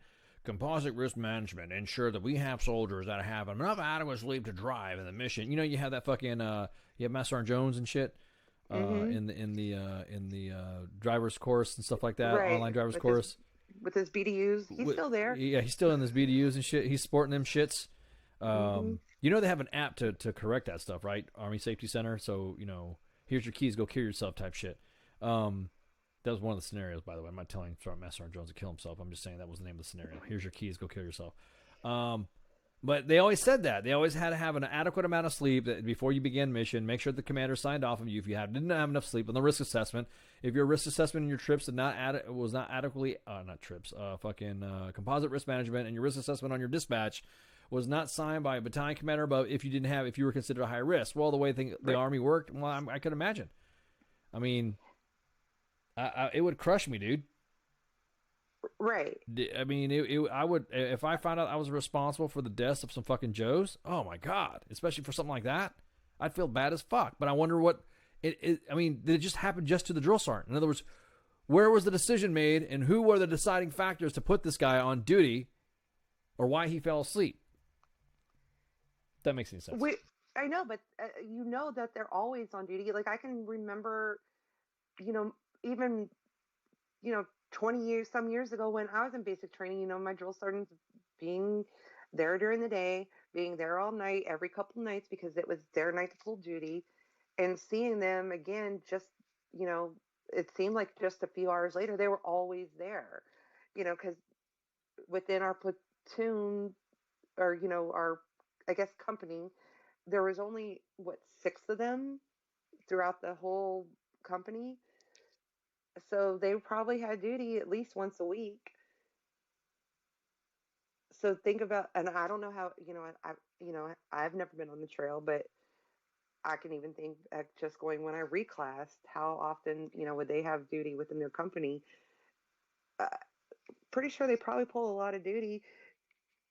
I know even just me, like being in a regular unit, I'd have it at the very minimum once a month, just depending on how the DA6 come up. Sometimes 2 or 3 times a month, just depending on how my number would come up for a weekday and a weekend. And I would still have to drive home after, being on duty for 24 hours. And that usually came with already getting up, at 5 to go to PT and then start duty at 09, and then getting off at 09 the next morning. But that usually turns into 9:30 before I get out of there after doing the changeover, signing over the keys, everything else, and then driving home. So, it could have very easily be anybody that happened to. And I'm thinking, and then I'm thinking how far some people have to drive home. I only have to drive home like 10 minutes. Like I said, all I know is all I can do is let my runners sleep. I don't need them to sit there and look at me. They'll be fine. I'll wake them up if I need something. I just sent you something in the thing about the investigation. So real quick, so if you check it, The investigation said, here's where you can dissect. You can read it while I'm dissecting this. A safety investigation board explored what kind of, they wanted to know what was the issues, what kind of the rest of the drill sergeants were getting in the brigade, and was this particular NCO dealing with any other personal stress. The drill sergeant in question was an infantryman on a second batch of trainees, and he had already been assigned to Fort Jackson when he requested drill sergeant duty, but had come to the unit with some baggage, according to the report. See, that right there. If you're not supposed to have baggage as a drill sergeant. You can't even have bad credit and be a drill sergeant. Right? Fuck. You can't even have a counseling statement for anything that has to do related to sharp or some shit. You know what I mean? Anything like that. Right. It's supposed to be a sensitive duty or sensitive, what do they call it? Position of trust in background investigation. It's just like if you're a recruiter, if you're a drill sergeant, if you're other high sensitive, if you've been selected for sergeant major, if you've been elected for a command sergeant major billet or CSL billet, you go through what they call a position of trust investigation. It's an additional investigation on you to see if there's been anything in your records that has been dropped in, like EO, sharp, or something like that, or something like this matter. Even when it comes to marriage counseling, even something like that. It's not bad. It's just an attributing factor on what would happen. So this drill sergeant came to the unit already with baggage. So that right there is a red flag on the command to me. As a first sergeant or a sergeant major, and I saw an NCO coming to my organization with drama already in hand, dude is not going to be a drill sergeant. You're like, I don't know, you're not going to march. You're not marching. You're going to march Joes from class and back or some shit. You're not going to be on duty. You're not, or you're pulling duty drill or whatever. But you're not going to be hanging around privates like this. Before coming up, the commander and the first sergeant had learned that the drill sergeant had recently been going through. Forced to move his family off post, and details of the report are redacted, of course. But marital issues were were in there more than once. His wife would come to the company of Italian areas, causing problems, according to the first sergeant. I don't know what that means. It doesn't say exactly what causing problems is. Yeah. I mean, the way if she's coming up there, she's mad about something. She's mad exactly that. I mean, if your spouse is going to the fucking unit about something like that, she's had it about some shit.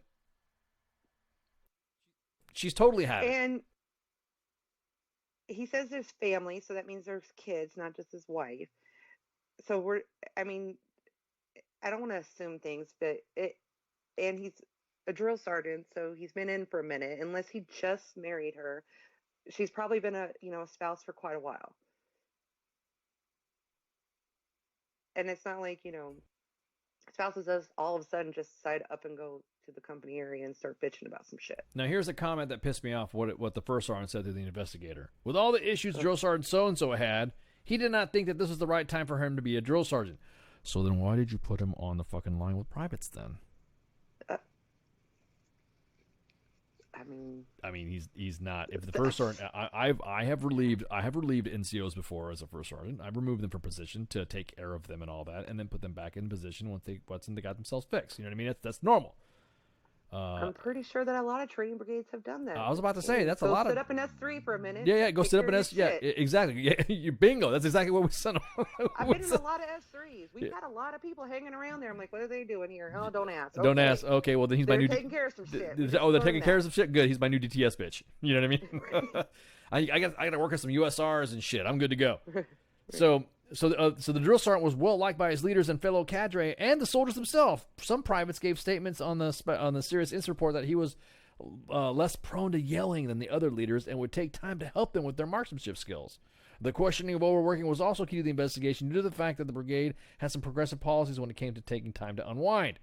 So the new brigade commander was pushing resting the cadre in the companies. Oh, this part kills me. The captain stated they had allowed the drill sergeants to take a nap if they needed to, but does not know how long. The brigade also built in some scheduling tweaks to benefit the drill sergeants so they were able to go home after dinner, except for one leader designated as the late man. Most staffs have a late man or have somebody's got to hang out. You know what I mean? Right. What I did when I was in the battalion staff and I had kids working in the S3 with me. And, I would go and grab them chow, or I would let them go home early. Hey, you staying here through chow and all this stuff? You were the only one in the shop. Hey, go take off. Well, thanks, all right. All right, see you later, man. Get out of here. Get out of here before I change my mind. And that's it. Done. I would really like to know more about this nap time that they're supposedly allowed to have. You ain't lying, dude. Like, How the hell am I? How the hell am I? How am I? What is this nap time? I didn't know they had nap time, so they all collect their woobies Captain and shit. Redacted stated they allow the drill sergeants to take a nap if they need to. Yeah. Could you imagine? Could you imagine? Hi, drill sergeant. Welcome to this unit. Welcome to Fort Jackson. Here we're going to lay you down, give you a whoopee, and you're going to go take a nap. Oh, drill sergeants. Oh, poor drill sergeants. I know. I would love to be in a unit. Once upon a time, Sergeant Stinky put nap time on the training schedule. Took my first sergeant 3 weeks to figure out I had put that on there. I took that ass to him, but it's okay. I did it. I did it. So, according to the investigation, that the drill sergeant that was driving the vehicle that ran over the privates, had worked until 9 p.m. 2100 the night before the investigation, but reported the morning PT with the company just before the 5 a.m. morning of the crash. Wow. Okay, I did read that wrong. Before I thought I had read that he was on duty the night before. So I Gotcha. I guess he was just on this late duty. He was just on late duty. Yeah, all right. So he wasn't on. When I had read it, I had thought read he was on duty, so I assumed it was a 24-hour, like a staff duty. So I guess it was just this till 9 p.m. the night before. It's not really what I thought. Well, let's look at the let's look at it. I mean, you have to think about it. Right. That drill sergeant. No more nap time jokes. Terry's like, shut the fuck up.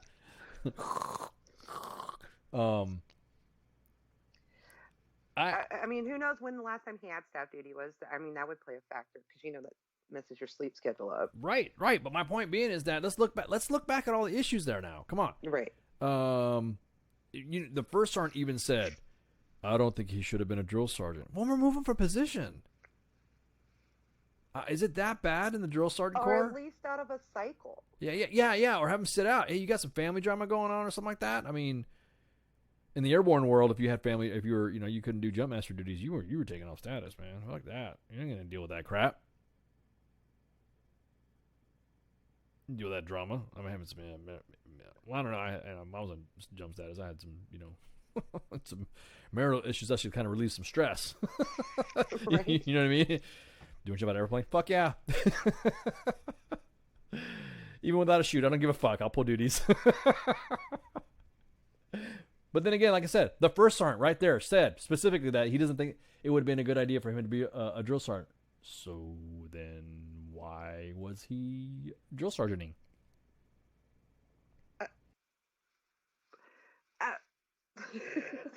The first sergeant wasn't first sergeanting. You're right. The first sergeant wasn't first sergeanting at all. Yeah, I mean that's jacked up. If he could make that statement, like I said, at the very least, pull him out for a cycle. Like I said, take a knee. There's nothing wrong with that. Like I said, in my eyes. I'll be honest with you. I'm really thinking that, I think the Army needs to start going away from that old school. You having lack of sleep. I mean, this may sound kind of weird coming, from somebody as senior ranking as us, Spanky, but I think it's time that the Army goes away from that. If it's raining, it's training. In other words, it's a condition that you're involved in. So while you're training and you're doing stuff and all that, I hate that term. It ain't raining, it ain't training. I fucking hate it. Oh, that does not make the training value. It's the condition. So if you're going to go out and you're going to do, dismounted live fire, and you're going to go out and do, or fucking a live fire, mounted live fire, and it's starting to rain, then you continue the mission and still do it because memories are made in the suck, not in the fucking office. You know what I mean? That's the way it works. You don't sit there and say, oh well, but raining is training. But if it's not raining, you don't sit there. Or if it's not, even if it's not raining, you don't make time the suck factor for your training. So I think the Army needs to move away from this culture that staying late. Because you remember, I mean, come on, Spanky, you know the deal. When we worked in the staff, it was like that. It was, you see those officers working until like 1900, 2100 and shit, and then we're like, "What are you doing, sir?" We gotta get this for the boss. But he's gone. No, he's not here. I absolutely refuse to do that, and that's why I was fucking the asshole on staff all the time. I'm like, no, it'll be here fucking tomorrow. I'm not saying, but I was always that one. Like, it'll be here tomorrow. Like, it's not the end of the world. There are some things that absolutely have to be done by a certain date. Okay, fine. I'll stay late for that. But I'm not doing it just because, oh, the fucking font on these sides, you want it changed? No, I'll do that shit in the morning. And I was always like that. But, and I also hate that if if it ain't raining, you ain't training. Yeah, ask those 9 soldiers on forehead about that bullshit. So yeah, that was just never my mantra, and I'll never do that. And, oh, you're getting me riled up. Damn it, I don't get riled up. You're getting behooved? Is that what you're saying? You're getting some behooving? No, I did not say that. So riled up. You're getting some caveating going on? I mean I also did not say that. Definitely. See, that'd be my cry for help. Like if I'm ever in a situation and I have to put like certain words out there so I need help, those are the words I'm using. Right. Well, the caveating or the 8 raining isn't training, stuff like that. All of the above. If it ain't caveating, it ain't behooving. How about that? Right. If you ain't behooving, you ain't caveating, training, whatever. Right. But again, if you don't make your soldiers stay late every night to do fucking bullshit that can be done the next morning, the times you do make them stay late, they're not going to have a fucking problem with it. Right, but my biggest thing is that the culture. I mean, you're right. I mean, I'm agreeing with you, but the culture is that they seem to be to think that if you are working late, then to me that means you're getting your fill. Back in the when I joined the Army back in the 80s and 90s, it was like that. It was like you're showing the boss. It wasn't until the advent of technology. I'm gonna dime some people out here. You guys will know who I am when I say this. But I used to show all the officers on the staff how to delay their emails being sent on Outlook. It used to have this feature where if you wanted to schedule your emails to go out, you could schedule them out throughout the night. So I know how to do that. Yeah. So there's some I had some good bosses working in the staff, and so they were I see them fucking running ragged, and the boss says, there was a specific boss that said that if you're going home at 1700, then you've not put in your full day as a soldier, and some bullshit like that. And I'm like, I heard him say it. I'm like, wow, okay. Sir, come here. He was struggling. I'm leaving at 17:30. I'm working in the shop, and I'm taking off, and I'm like, dude, you okay? And he's like, God, man, your boss is saying this, and blah blah blah. I'm like, yeah, I heard him ranting and raving in here. And what was this thing about? If you're leaving, if you're leaving earlier than 1700, you're not done your full day. What was that all about? And then he's like, yeah, blah blah blah blah blah. He wants this. I go, well, just schedule this shit out and fucking, can you knock it all out and schedule it out? I mean, he's like, well, my work's done. My work's done. The frago's done, and blah blah blah blah blah. And this is back when Blackberries were starting to become fucking the shiznit, you know what I mean? And so now, because commanders were who was the biggest on fleek and on the social media, or who was the biggest smartphone zombies? Commanders. Commanders were the biggest smartphone zombies when the Blackberry came out, because then everything was, just reach me on Blackberry. It's the same fucking email. That just means that the email that you get on your desk is going to go to your Blackberry. So you're not adding anything additional special. So I was the comms, what do they call that? God, I used to call that IMO for the section. So I had to go do IMO training, SharePoint training, all this other crap. So I went to go do that training, and I found out all this interesting stuff that you could do with Outlook and emails and all that. I'm like, oh, well, I'm Windows certified, and you're not going to go with all that stuff. So anyways, rolling back to the conversation with my boss, and he's like, yeah, it's killing me. Well, he's like, well, what's up? I mean, do you still? He's like, no, that's the thing. I'm just sitting here. The work is done. I go, well, fucking just schedule them shits out. Huh? You could do that? Yeah, you could schedule Outlook in increments. So send something about 7:15. Send something about 8 o'clock. Just send something like that. And then leave the light on in your office. Because we were on the second floor. Bring an extra hat. Yeah, exactly. Yeah. You live on the second floor, so you just hey, leave the light on. Leave the light on, and then that way he knows that when he's driving by and it's your office, it's the light. Just leave it on. Tell the staff to leave it on. No, I can't do that. I said, no, trust me. And if you do it, just say that just say you messed up, you had to get out, and blah blah blah. And how'd you get those emails? And say, because you got a BlackBerry too, right? So just say you sent the work home and you did it off that, and you'll just get your ass shoot out for going home or something like that. But you had to go because family or whatever you want to say. But I guarantee it, you won't get busted, boss. Sure as shit, he did not get in trouble. And I guarantee, and you best believe that there was another battle captain and there was another battle major that walked up to me. Hey, sorry, could you show us how to do that scheduling thing that you showed Major so-and-so? I'm like, yeah, I can show him that. Yeah, what's up? I ended up becoming like the best IMO in the freaking G3. Because they were like, because then I showed everybody how to do that. I mean, thankfully the boss left. That individual changed command, so we're kind of glad that he's gone. But it was just hilarious. That whole culture of, if you work late, then that's almost like it's almost like look at me, boss, look at me, I'm working late, boss, look at me. I don't understand how the officer world does that. I mean, there's even some sergeant majors, some peers of mine that say the same. Oh, you got too late. I'm like, are you serious? You don't have to work that late. Why are you working late? You got to work late. Why? Everyone's gone. Al Qaeda's in here. You're back at your post or something like that. I get it, a deployment. You're on a different deployment cycle and all, but even the deployments even have a day off. I think it's that culture that needs to go away. The culture of if you stay late in the Army at your office, then that means that if you leave earlier than 1700, then your priorities or whatever. I'm sorry, man. That's not breeding good leaders. That's not breeding. You need to sit down and mentor your junior NC or your senior NCOs and your officers, your mid-grade officers, how to be good time management people. Maybe they don't know. Maybe they're mentored by a bad officer before they showed up to your staff. You know what I mean? Right. Well, I remember, this is years ago at Fort Hood. It was part of General Lynch's and Sergeant Major Sayatolla's newcomers briefing that, they were trying to get away from that whole staying late. There is no reason a soldier should be at work after 1730. And they were briefing that to every single officer, NCO, and soldier that came to Fort Hood. They were like, the only thing the soldier can't do while they were deployed is spend time with their family, because obviously during this time, there was still a high op tempo. This was during the surge in Iraq and everything. So they were very adamant about nobody should be at work after 1730. And at 3:00 on Thursdays, and they were literally driving through and kicking people out of their offices and everything, kicking people out of motor pool. Nope, it's poor time management if you can't figure it out. And it was like a rule on Fort Hood, and you could not. It was phantom time, exactly. Yeah. 15. And you know who started that? Do you know who started that song? I remember General Funk, the original General Funk, not the new Funk, but the old Funk. Oh. And even before then, General Schwartz. General Schwartz, that's right. General Yes. Schwartz and Sergeant Major Caton. Remember, because Sergeant Major Caton was the Corps Sergeant Major when I was at Fort Hood, way back in the 90s.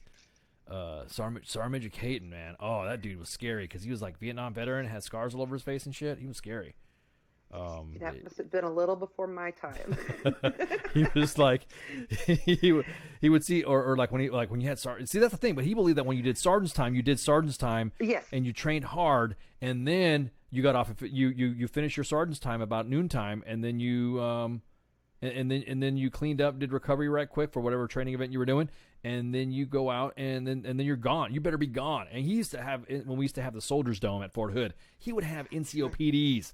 And he would say, please, let me find out that I see a soldier at 1500 still in your office, and I'm going to ask him to give me your name. I remember his voice, his inflection, the way he talked. Please, keep that. I mean, the way he talked. He was almost like taunting the NCOs. Please keep that soldier late. I'm going to walk up to your soldier and ask him, your soldier, his name. I remember that. I was like, wow. And yes, and I remember, General Lynch and Sergeant Major Sayatolla briefing every single person that came in. If and it was a daily thing, not just a Thursday thing. And it was daily by 1730. It's like, it's time management. You have failed as a leader if you can't manage to get everything done during normal duty hours. And it would work because it forced leaders to, plan training schedules, plan long-range training schedules, and get everything that they needed to get done during the day. It wasn't this have everybody sit around till 1400 and then decide, let's clean a Connex or let's do this. It forced them to plan ahead. Right, and also he was the guy that what was he? He was the He was more of wanting to know, because if he said that what did he say? He's like, if you're not managing your soldiers' time when they want to leave, then I can't even imagine what you're doing. He said something like that. I can't even imagine what you're doing at your units. He said something to that effect, and got everybody butt hurt and stuff. Oh yeah, everybody was. Yeah, they were, because it was just like you were saying. It's like, if you're not working late, then you're not working hard enough, because that's bullshit. And I'll like, this was like a very long time ago. This will probably give away a little bit of my purse sec. There was a time when, I did like IMO for all of Fort Hood. Like I had the ability to shut people's accounts off during certain hours. And I started doing that because, people would ask me to. And, that was during my, sham sale time. And I didn't care. Like, what are they going to do? Fucking fire me? And it's like, so people would be coming in and working at night. So I put restrictions on their accounts where they couldn't log in on the Fort Hood network, like between 10 p.m. and 6 a.m. Like people would ask me, hey, Spanky, like shut off so-and-so's account between this time and this time. And so I would do that. So if they like try to log into their Outlook or their Fort Hood account, like at night, they weren't able to. It just wouldn't work until like 6 a.m. the next morning. Right. It's in the chat. You guys studied up for that's right. Sergeant Major, the Audie Murphy Club. Sergeant Major Caton was in there too. He was part of it when he was because it was General Taylor with him and then Funk. General got to get over the funk. Look at that, Jake Ford, George Clinton. I'm talking about Parliament. Got to get over the funk. That's old funk. Right. That's old. Oh man, you got it, man. Hang on. Right now, I want to play some old funk, man. Got to get good man, Jake. Yeah, that man metal. Got to get over the funk. Man, we're gonna take a break anyways because it's that time for our top of the hour break. Like I said, we were gonna change it up a little bit so that way we can get some videos out and all that. So we're gonna take a break. Do what he wants. Yeah, and the Sorens. Toss one up for Sergeant Major Caton. I think he's still alive or something like that, isn't he? He's still alive. I'll look. But anyways. Sergeant Caton, the man, he was the guy that ensured that you got family time, so you can thank him. Yes, he was the honored God, I can't talk English today. Honorary member of the Sergeant Audie Murphy Club in 1993. So that's when I was there. I was at Fort Hood in 1993. So yeah. So let's go ahead and take a break right quick. And shouts. Let's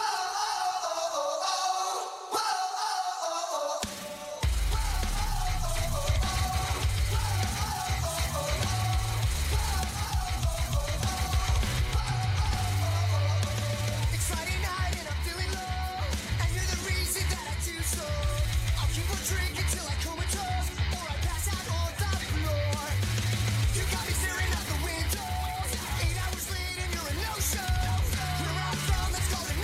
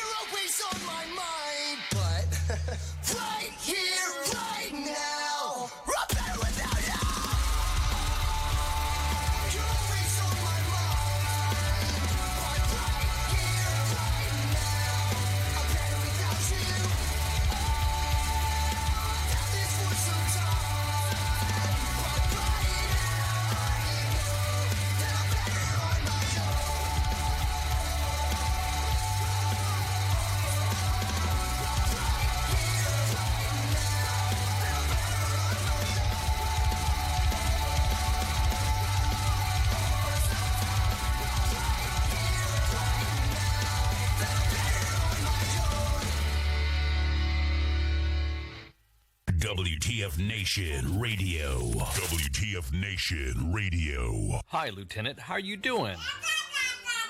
Aw, did you find your land nav point, Lieutenant?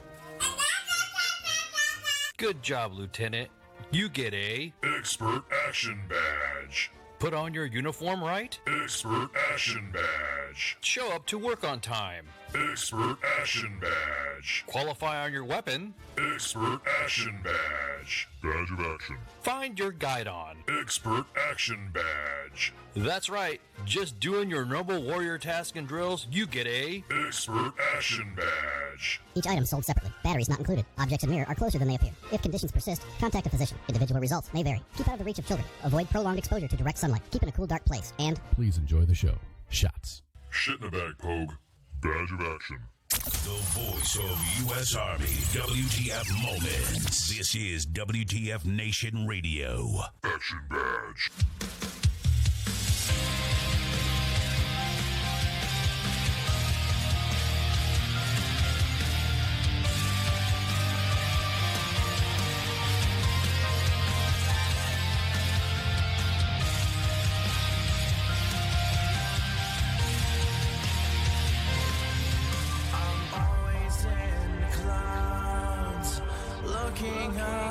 Fading out, cirrus shapes I found blow me away. Van Allen right around, pushing through. Skin is brown, nature has us trapped in fear. So I get lost in sound. I wonder if you'll ever know why I am the way I am.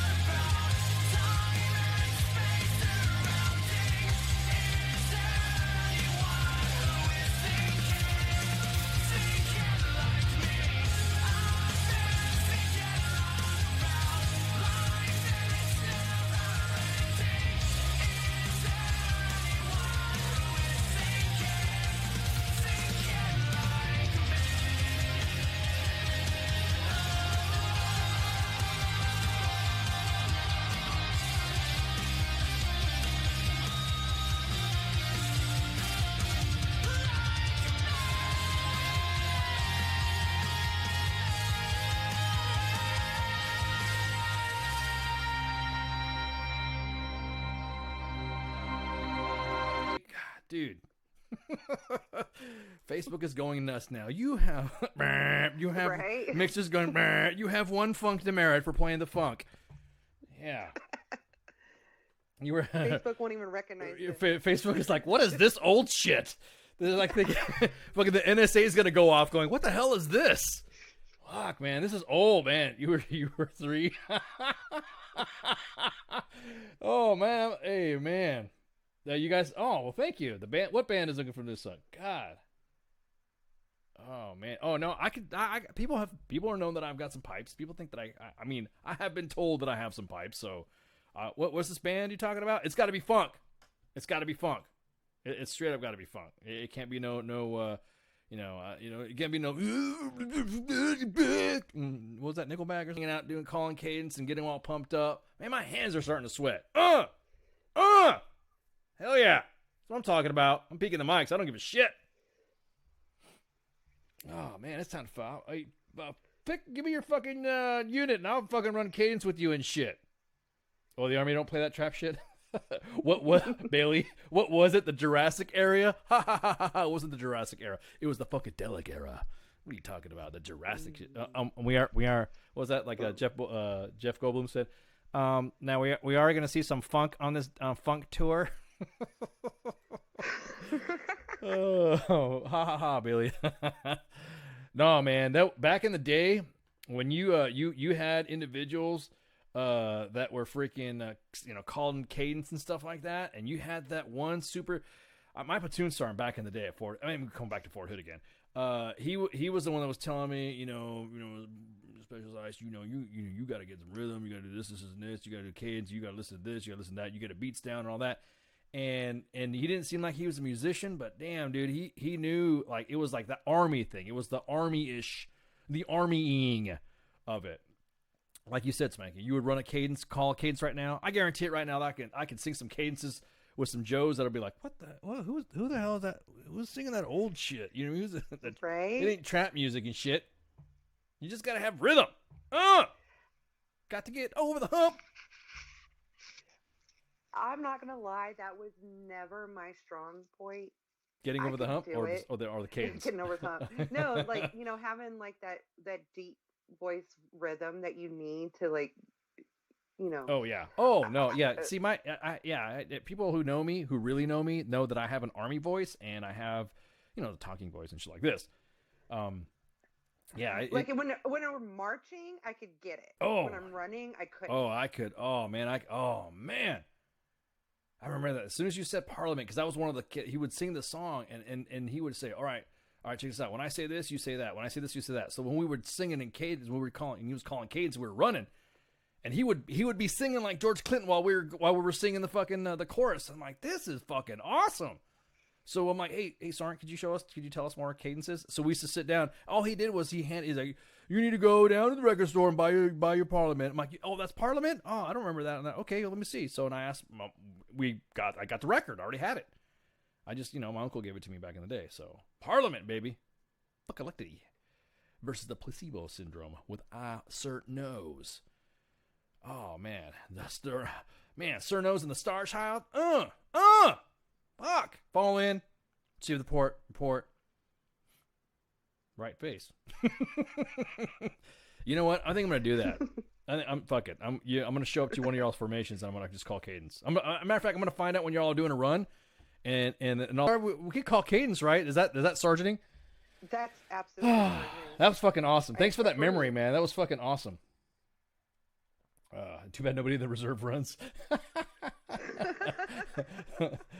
Oh, Bailey.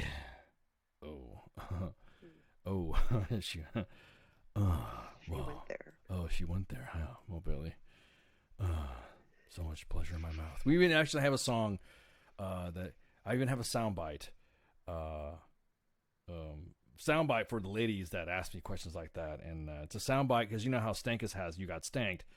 We have the pleasure in my mouth soundbite. So,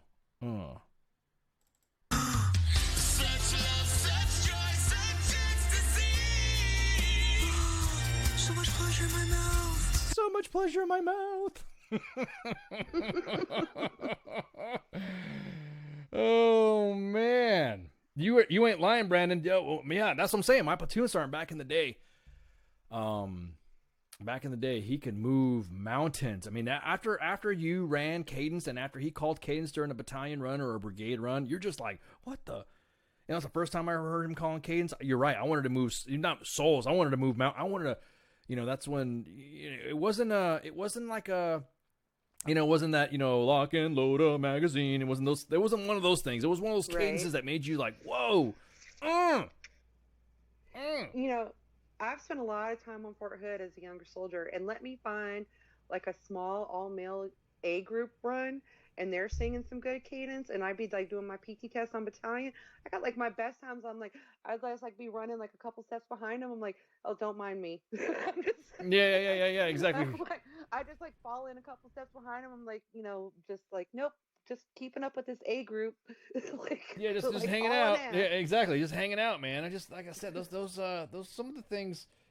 That's just one of the things that you're just like, oh man, you just felt like yeah, exactly, Brian. You just like it moved souls. You're just like, God, you felt pumped. Actually, that's the whole idea of a cadence. That is to distract the amount of repetitions per minute, and it does help your breathing when you're singing along. But right, man, and like I said, an A group, like an all male small A group, was way faster than my pace. And I'd just be like, all right, keep up with these guys for about at least half a mile. And they was like singing along. I'm like, doo-doo-doo. Yeah, exactly. You know, I was like, wow, man. And then somebody would sing, now that I have done my best. And you see that Right. everybody would look back to see, okay, who's going to be calling up next. And then you saw that NCO go up there and you're like, oh, there you go. There goes. You know what I mean? You're like, yeah, you go. And you're like, oh, here it comes. Which one's going to be?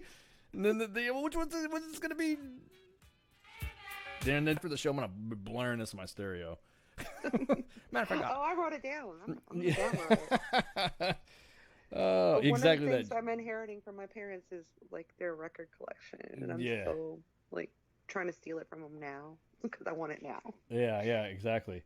They ain't played not one of those records in like 10 years, but they won't give it to me now. Yeah, oh man, yeah, exactly. So it's called Parliament. The name of the song is Bop Gun, and in the actually it's Bop Gun and Endangered Species is what it's called. So Bop Gun and in parentheses Endangered Species by Parliament.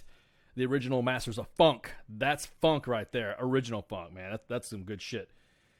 At the time, it was considered very, very. It was almost like, what in the hell is this fucking music being played? It was the classic of funkadelic, of funkalectity. You were a funkalectual if you were getting down with this kind of funk at all. So I'm sorry. It was funkalectual. You are funkalectual, exactly. Fucking A. We make up words here. Exactly. If you haven't noticed. Exactly. Oh, we got a caller. Hang on.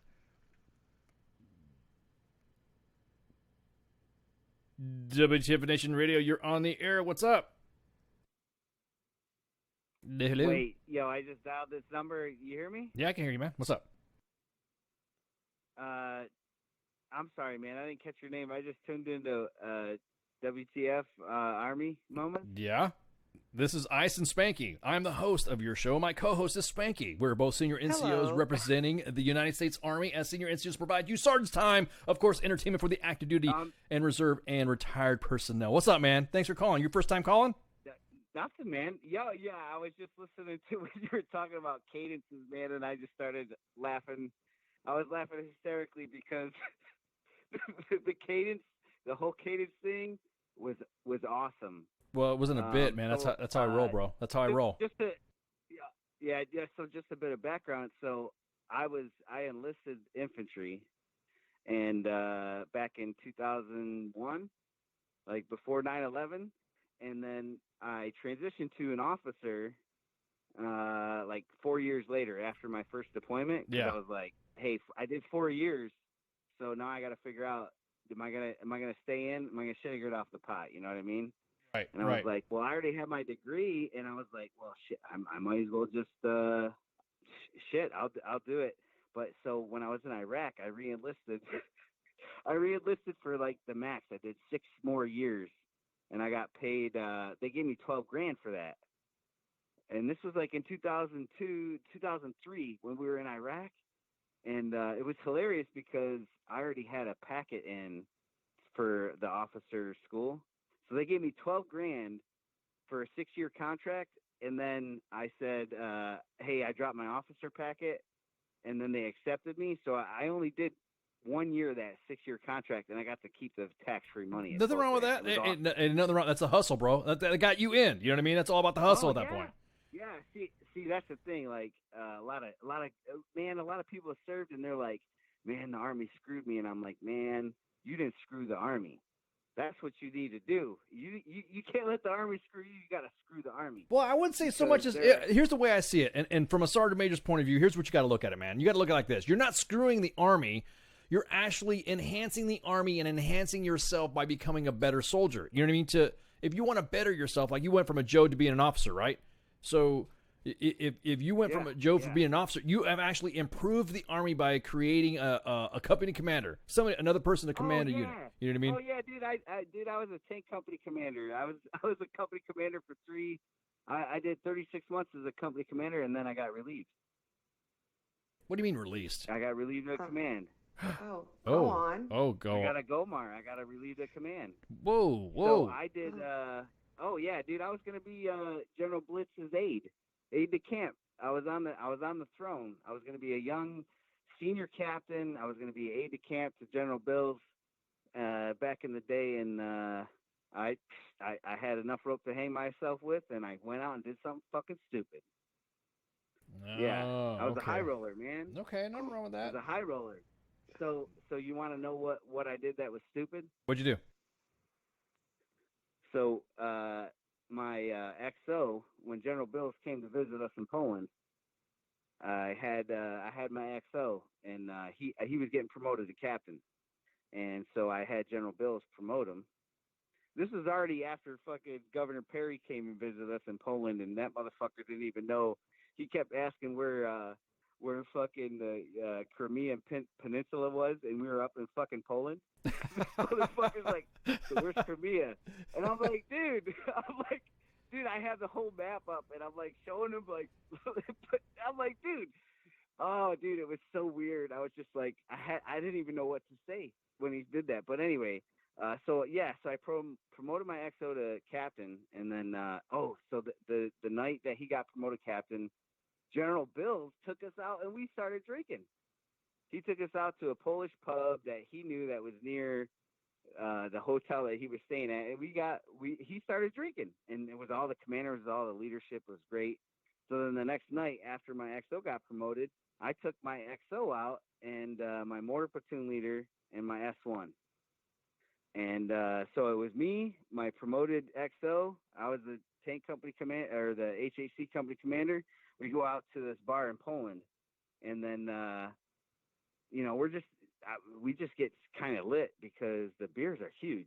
You know, when you go overseas and you drink a beer is not a beer. It's like 3 beers. Yeah, I mean, so wait a minute. So you were in Poland just recently? Where were you at? Krakow or some shit? Where were you at? No, this was like 5 years ago, man. This was it was probably like 6 hours from the concentration camp that was over there. Gotcha. In Auschwitz, yeah, Birkenau, yeah. Yeah. So it was there. It's the main training area in Poland. Like, man, dude, it was pretty cool though, like being over there. But so I went out drinking with my XO, and so then it was like near Halloween. It was a Halloween night, so it was like 11 o'clock at night. We kind of got lit, and then I had a drive. We had a designated driver. I had my driver. He was a E5. He was pretty chill, you know. So he was our driver, and so I was like, "Yo, take us to this other bar to see the Halloween decorations." Dude, this is at 11 o'clock at night in Poland. There's nothing going on. We go into the bar, and so everything's all decorated, but there's nobody in there. It's completely empty. So we do a couple rounds at the bar, and then we leave. We're walking back to the car. My XO jumps in the front seat in the passenger side, and I'm like, "No, motherfucker." I'm like, "I'm the company commander. You're not sitting in the front seat." So I yank him out. As I'm yanking him out, he slaps me in the face, and then a tussle ensues. And so I had my mortar platoon leader, the S1, and my XO on my back, like ripping me off. And I was just like, they ripped my shirt off, and then like they just started pounding me down on the ground, and I was like, I curled up into a little ball. I just started laughing. I was like, go ahead. And then like 15 seconds later, it was like, all right, we're done. All right, we got to go back to the barracks, you know? And you there? Yeah, I'm here. Well, we're just you have you have 1.2 million people listening right now with their ears all big. Keep going, brother. What's up? So continue. Yeah, dude, so wait. So you were your job. So you were a company commander in a tank. You were a tanker company commander, right? Is that what you're saying? So I'm a 19 Alpha. Well, I was a 19 Alpha, but I was the HHC commander for an infantry battalion. So it was like, who the fuck is this guy? Yeah. Got you. So they were. So were you infantry, or what was your branch in your MOS? Yeah. Anyway, so continue. What's this about you, man? No. You called us. What's up? No, man. No, I'm just asking because, like, but you know how that would be. Like, it's a maneuver. It's how about infantry, this? They slap their dicks down and they're like, I'm infantry. No. I know because you told us you were. Immediately, the first thing you said, I'm an infantry guy right off the bat. Just like infantry and West Pointers. Immediately, that's how you knew who they are because you tell us. I enlisted infantry and right. then I became a tanker. Right, gotcha. And then I saw these motherfuckers.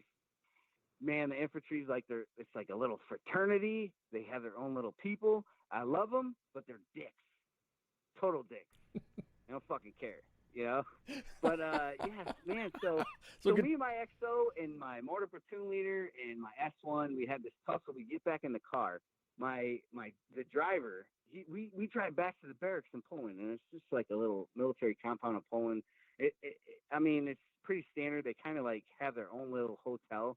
I don't know. Most people that know, if they've been in Europe, they know how like even the door handle, there's no doorknobs there. You know, it's like a fucking handle. Right. Every time you open a door, it's a handle. There's no fucking doorknob, which is cool. But, yeah, man. So we went back. So you got back so you went back to the barracks. Then what happened? So then what? So anybody? How did you get busted? I went to my room, man. So now, but yeah, how? So this is, okay, man. I'm getting there. So how did I get busted? Was I went to my room that I shared with my XO, and I was going to bed. I was like fucked up, but I was like, all right, I'm going to bed. I was tired, man. And then I hear a knock at the door. My XO wasn't in the room when I went in there, and so at the door was my S3, man, my ops major. And I was like, fuck, that's it. As soon as I opened the door, I was like, well, I guess I'm done. And I fucking told his ass that too. And I said, well, so he comes in, he's like, so what happened? And I told him, I'm like, me and XO, we got in a little tussle, but we good, you know? And he's like, oh no, man, I gotta pray on it, man. I gotta see, are you okay? Yo, so, I mean, I'm a tanker, so I'm kind of wide. I'm a little bit framed. So I'm like a little bit, I'm I was in the first Armor Division, so I know how tankers be, man. Yeah, man. Yeah. So you know, I eat some food, you know, and I mean I'm pretty thick, but it's not like I'm fat, you know. It's like I got a pretty good build. So yeah, man. So he's a little skittish of me, and he was just talking to me, and I was talking to him, and I was like, all right. And then he said, all right, go to bed. Whatever, and I'm like, yeah, I'm going to bed. That's why I'm here. Like, you knocked on my door. But so you knocked on my door, sir. I'm trying okay. To So wait. So what happened then? So wait. So nobody got in trouble for beating you up? Nobody got in trouble for what? I mean, you're the company commander. Well, so this is that night, right? So the next day, I'm hung as fuck over. I wake up and I'm hung over, man. And so what ends up happening is my S3 comes back into my room. Cause I was drunk, dude. I was hungover. I slept in. It was like, I don't know, fucking 8 o'clock. You know, I got back at midnight and I slept 8 hours to try to sleep it off. He knocks on my door again, but now it's not just him. He's got himself. So it's my ops major, the S3 with the ops sergeant major. The ops sergeant major comes in, which oh man, this dude's cool. I'm not gonna say no names, but man, he was a really great guy. We got along so well, and he knew where I came from, and I didn't put up with this trying to get rid of the nonsense. But so he comes in because the ops major was afraid I was gonna whoop his ass. Like, I'm not like that, but I'm framed, so he was intimidated by my size. I'm like, damn. You're like, why? And he's like, Why hey, your frame isn't like what your frame? You're not like yoked out or something like that. You were just you're just big boned or some like shit. I could throw up like I could throw up like 375. You know, I'm just 375 today, man. I'm older. I'm almost 40. I could throw 375 up easy, but I'm like a midget. You know, I'm like 5'7". Okay, so 6.5. So then So he comes in and he's like, hey, I prayed on it last night. I think you need to tell the battalion commander. And I was like, fuck, sir, give me the phone. You know, I'm going to tell him right now. If that's what you think is going to happen, this is going to end my career. Everything's over. But if you want me to report this higher, because like it was between 3 of us and we're good.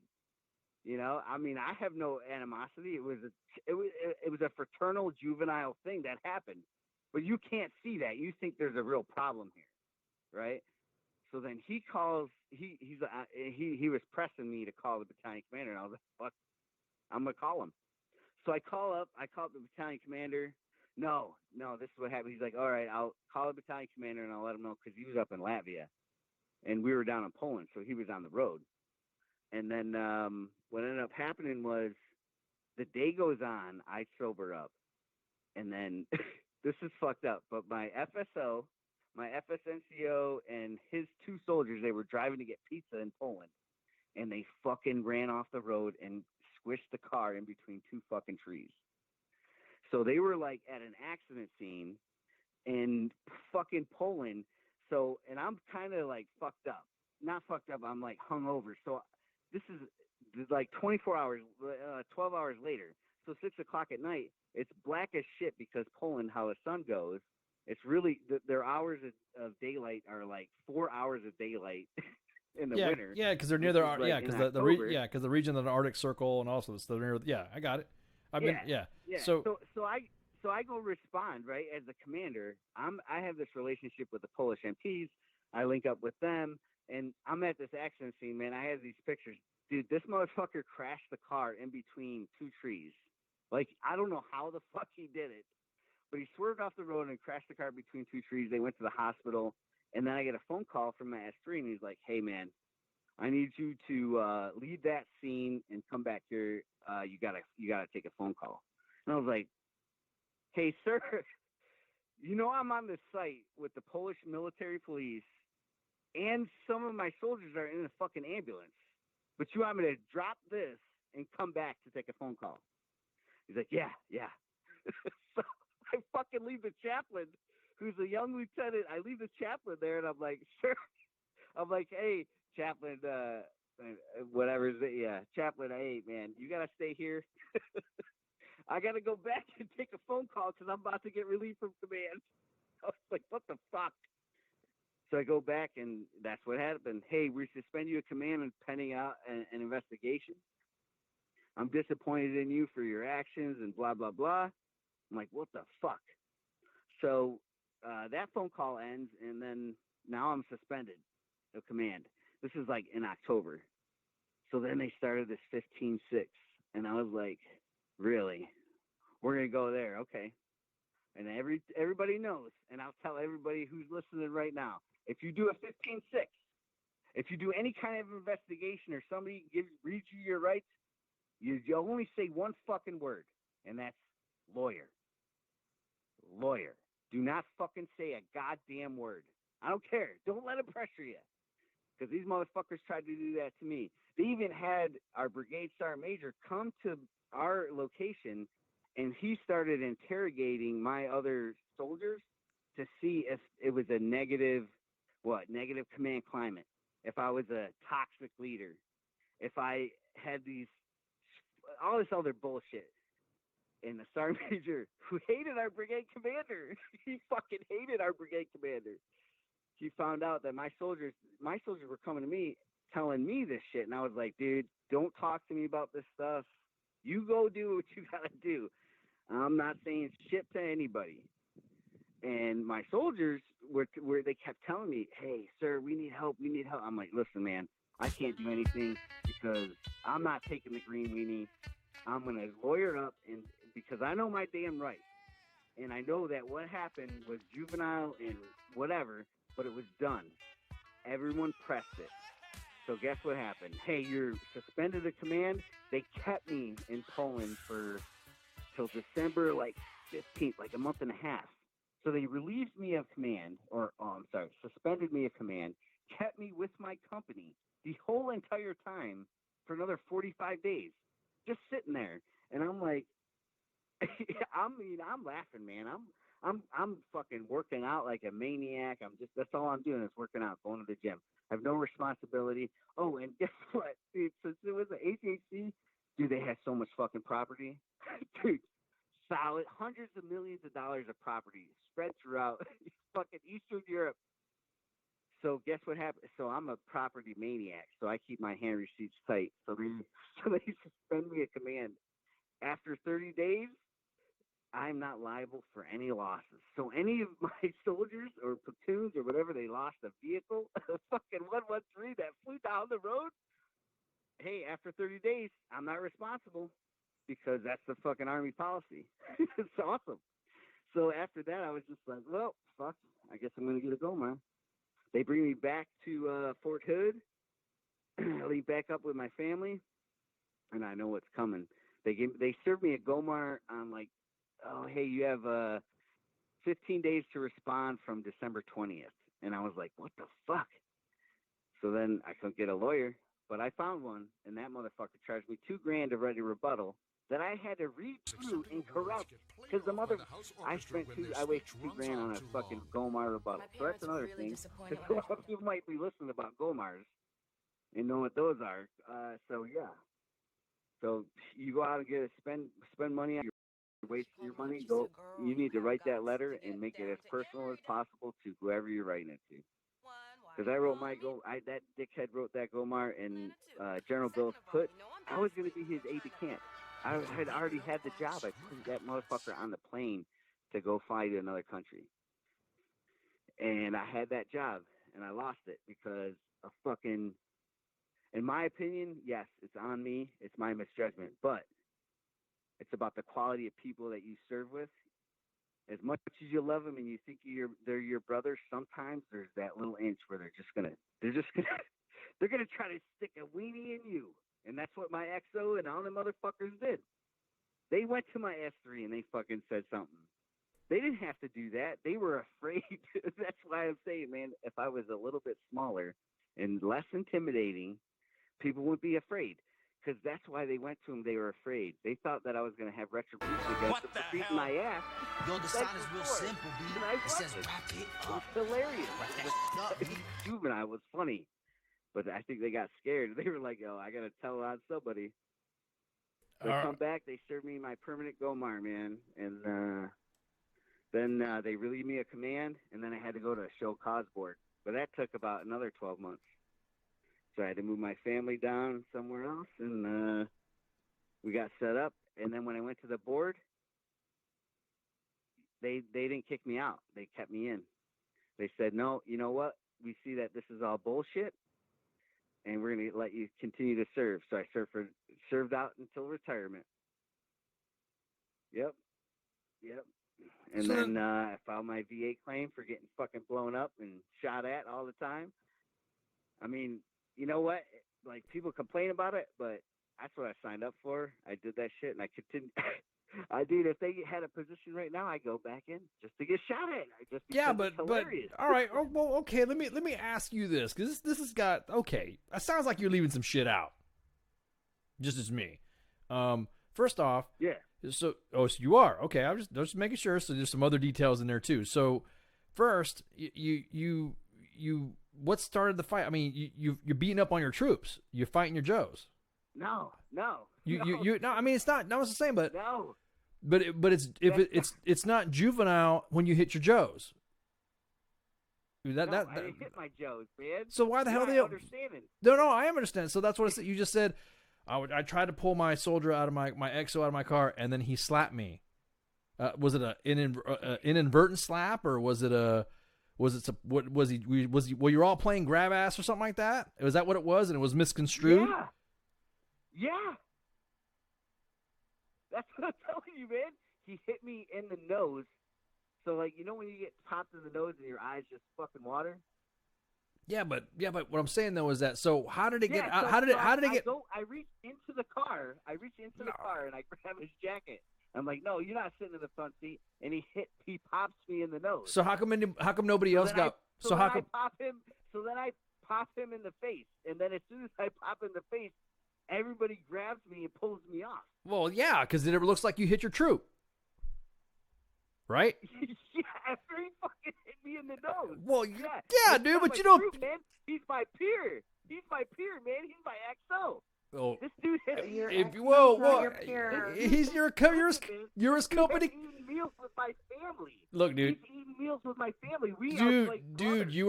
yeah, but but you were also a company commander, right? Your XO is not your peer at that point. He's your XO, right? You rate him? Did you rate him? At a bar. Did you? I'm at a listen. When you get off of work and you go somewhere, are you still who you are when you work? Because my job is that's my job. And don't give me this 24/7 bullshit. People gotta have lives too. Right, so but I don't hang out. And I'm going out with my friends. Well, yeah, but you're not supposed to be. But soldiers. They were my friends, not my troops. They were your friends. I know, but I don't go out with my squad leaders. I don't go out with Spanky either. So I'm just saying. No, I'm not saying that you couldn't been like, just a case of grab ass or anything, but I'm just saying I don't go out with my squad leaders. Yeah, so who do you go out with then? I don't hang out with my troops. My friends. Yeah, I hang out with friends. Yeah. Yeah. I hang out with my friends, but I don't. But I don't. So you don't have friends that are soldiers? No. I'm not saying that. I don't. They're not my soldiers though. That's what I'm saying. The whole point is they're not my troops. Like when I'm hanging out with other sergeants, majors, or first sergeants, they're usually. I'm not in their rating chain. Or are they sergeant majors? Are they your friends or are they sergeant majors? I don't see how you being a company commander popping somebody in the face. No. Playing grab ass. No, it doesn't matter. No. Are they your friends or are they sergeant majors? Well, I'm just saying that your XO is not your peer. Yeah, it's not. If you rate him, you're not peers. If you rate him, we're the same rank. You rate him. That makes him not your Wait, peer. you guys are. I rate him at his job. Wow, dude. But that's I rate him exactly at what his makes job. him not your peer. That's what I'm saying. Is that I've rated my squad leaders as a so detachment sergeant. That's what makes him not your peer. Oh, I get it. So what you're saying is it's this authoritarian thing. So where because I rate him. No, it's not an authoritarian. No, it's not authoritarian. It's the regulation. It's the standard. If you say everybody else is fucked up and everyone like kind of fucking gave you a Gomar or you got fucking pissed off about how somebody did something and you're playing grab ass, what if somebody just popped you like that and then use that excuse as a company commander and then they are fucking standing in front of your desk? I didn't use any excuse. I didn't deny anything. I didn't say anything. I didn't say anything. I lawyered up because they were coming after me with guns blazing. I did not deny anything that had happened. And I know it was inappropriate. I never said that it wasn't. I'm just telling you that where my mind got skewed was I thought I was with my friend. I see what you're saying. So you're saying now that I understand that. I took total responsibility for everything that happened because that's what a commander does. I'm not saying that. So, it sounds like you're upset that they almost like felt like they ratted you out. Is that what you're saying? You feel like you got Blue Falconed? Well, that's no. Well, I mean, you can't. I don't think a person could not have any feeling of a chip on their shoulder because somebody like went after them and told on them. I don't think that's possible. But I'm not saying that's how I feel. I take full responsibility. This whole fucking thing was my fault. So what? It had nothing to do with them. So what? So what is this?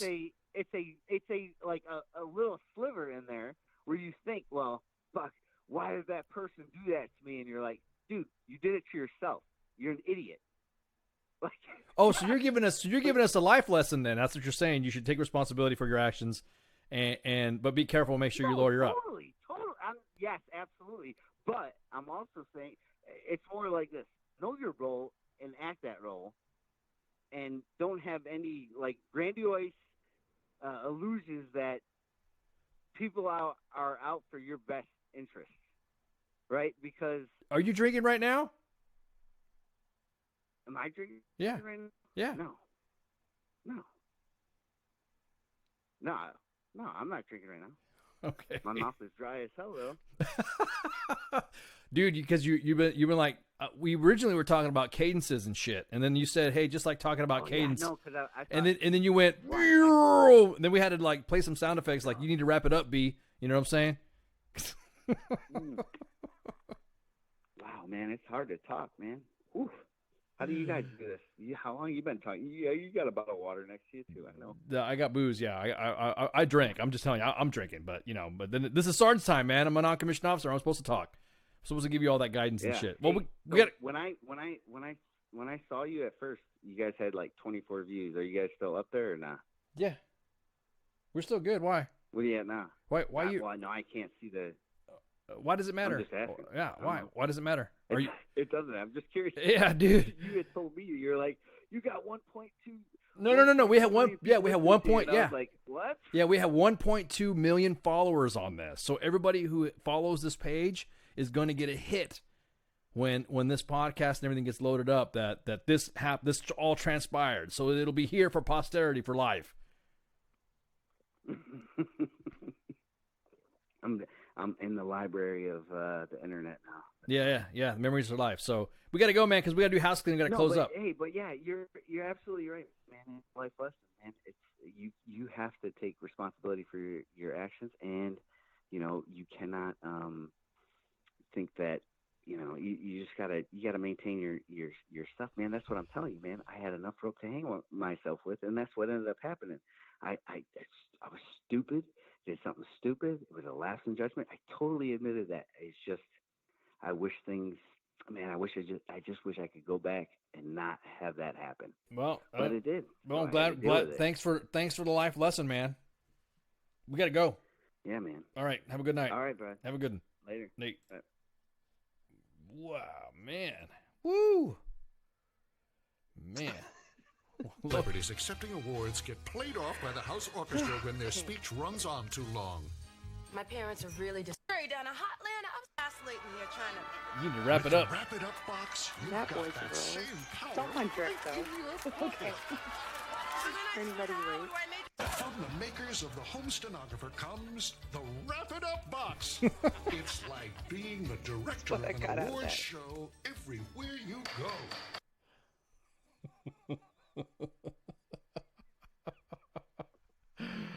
Oh, God. Wow. Holy crap. Jeez, good loady. Ah, man. How? Turn me loose. We shall overcome. We went from cadences. Yeah, how do we go from cadences to talk about, man, I did a bowling, man, and I did a bowling, man, and then I did, wow. Those tricks, though. Man. Dang. Get your drink on and shit. God. What are we supposed to be doing right now? You know what? Hey, thanks for burning. Housekeeping. Yeah, thanks for burning all that time, dude. Hey, man, like I said, life lessons and all this other shit and all that. I'm going to tell you about right now. And me and Spanky believe in this shit too. Don't hang out with your troops. The best thing to do when you're hanging out and you're presenting yourself as a leadership, and that's what the caller, he even said, he admitted it, he takes full responsibility for it.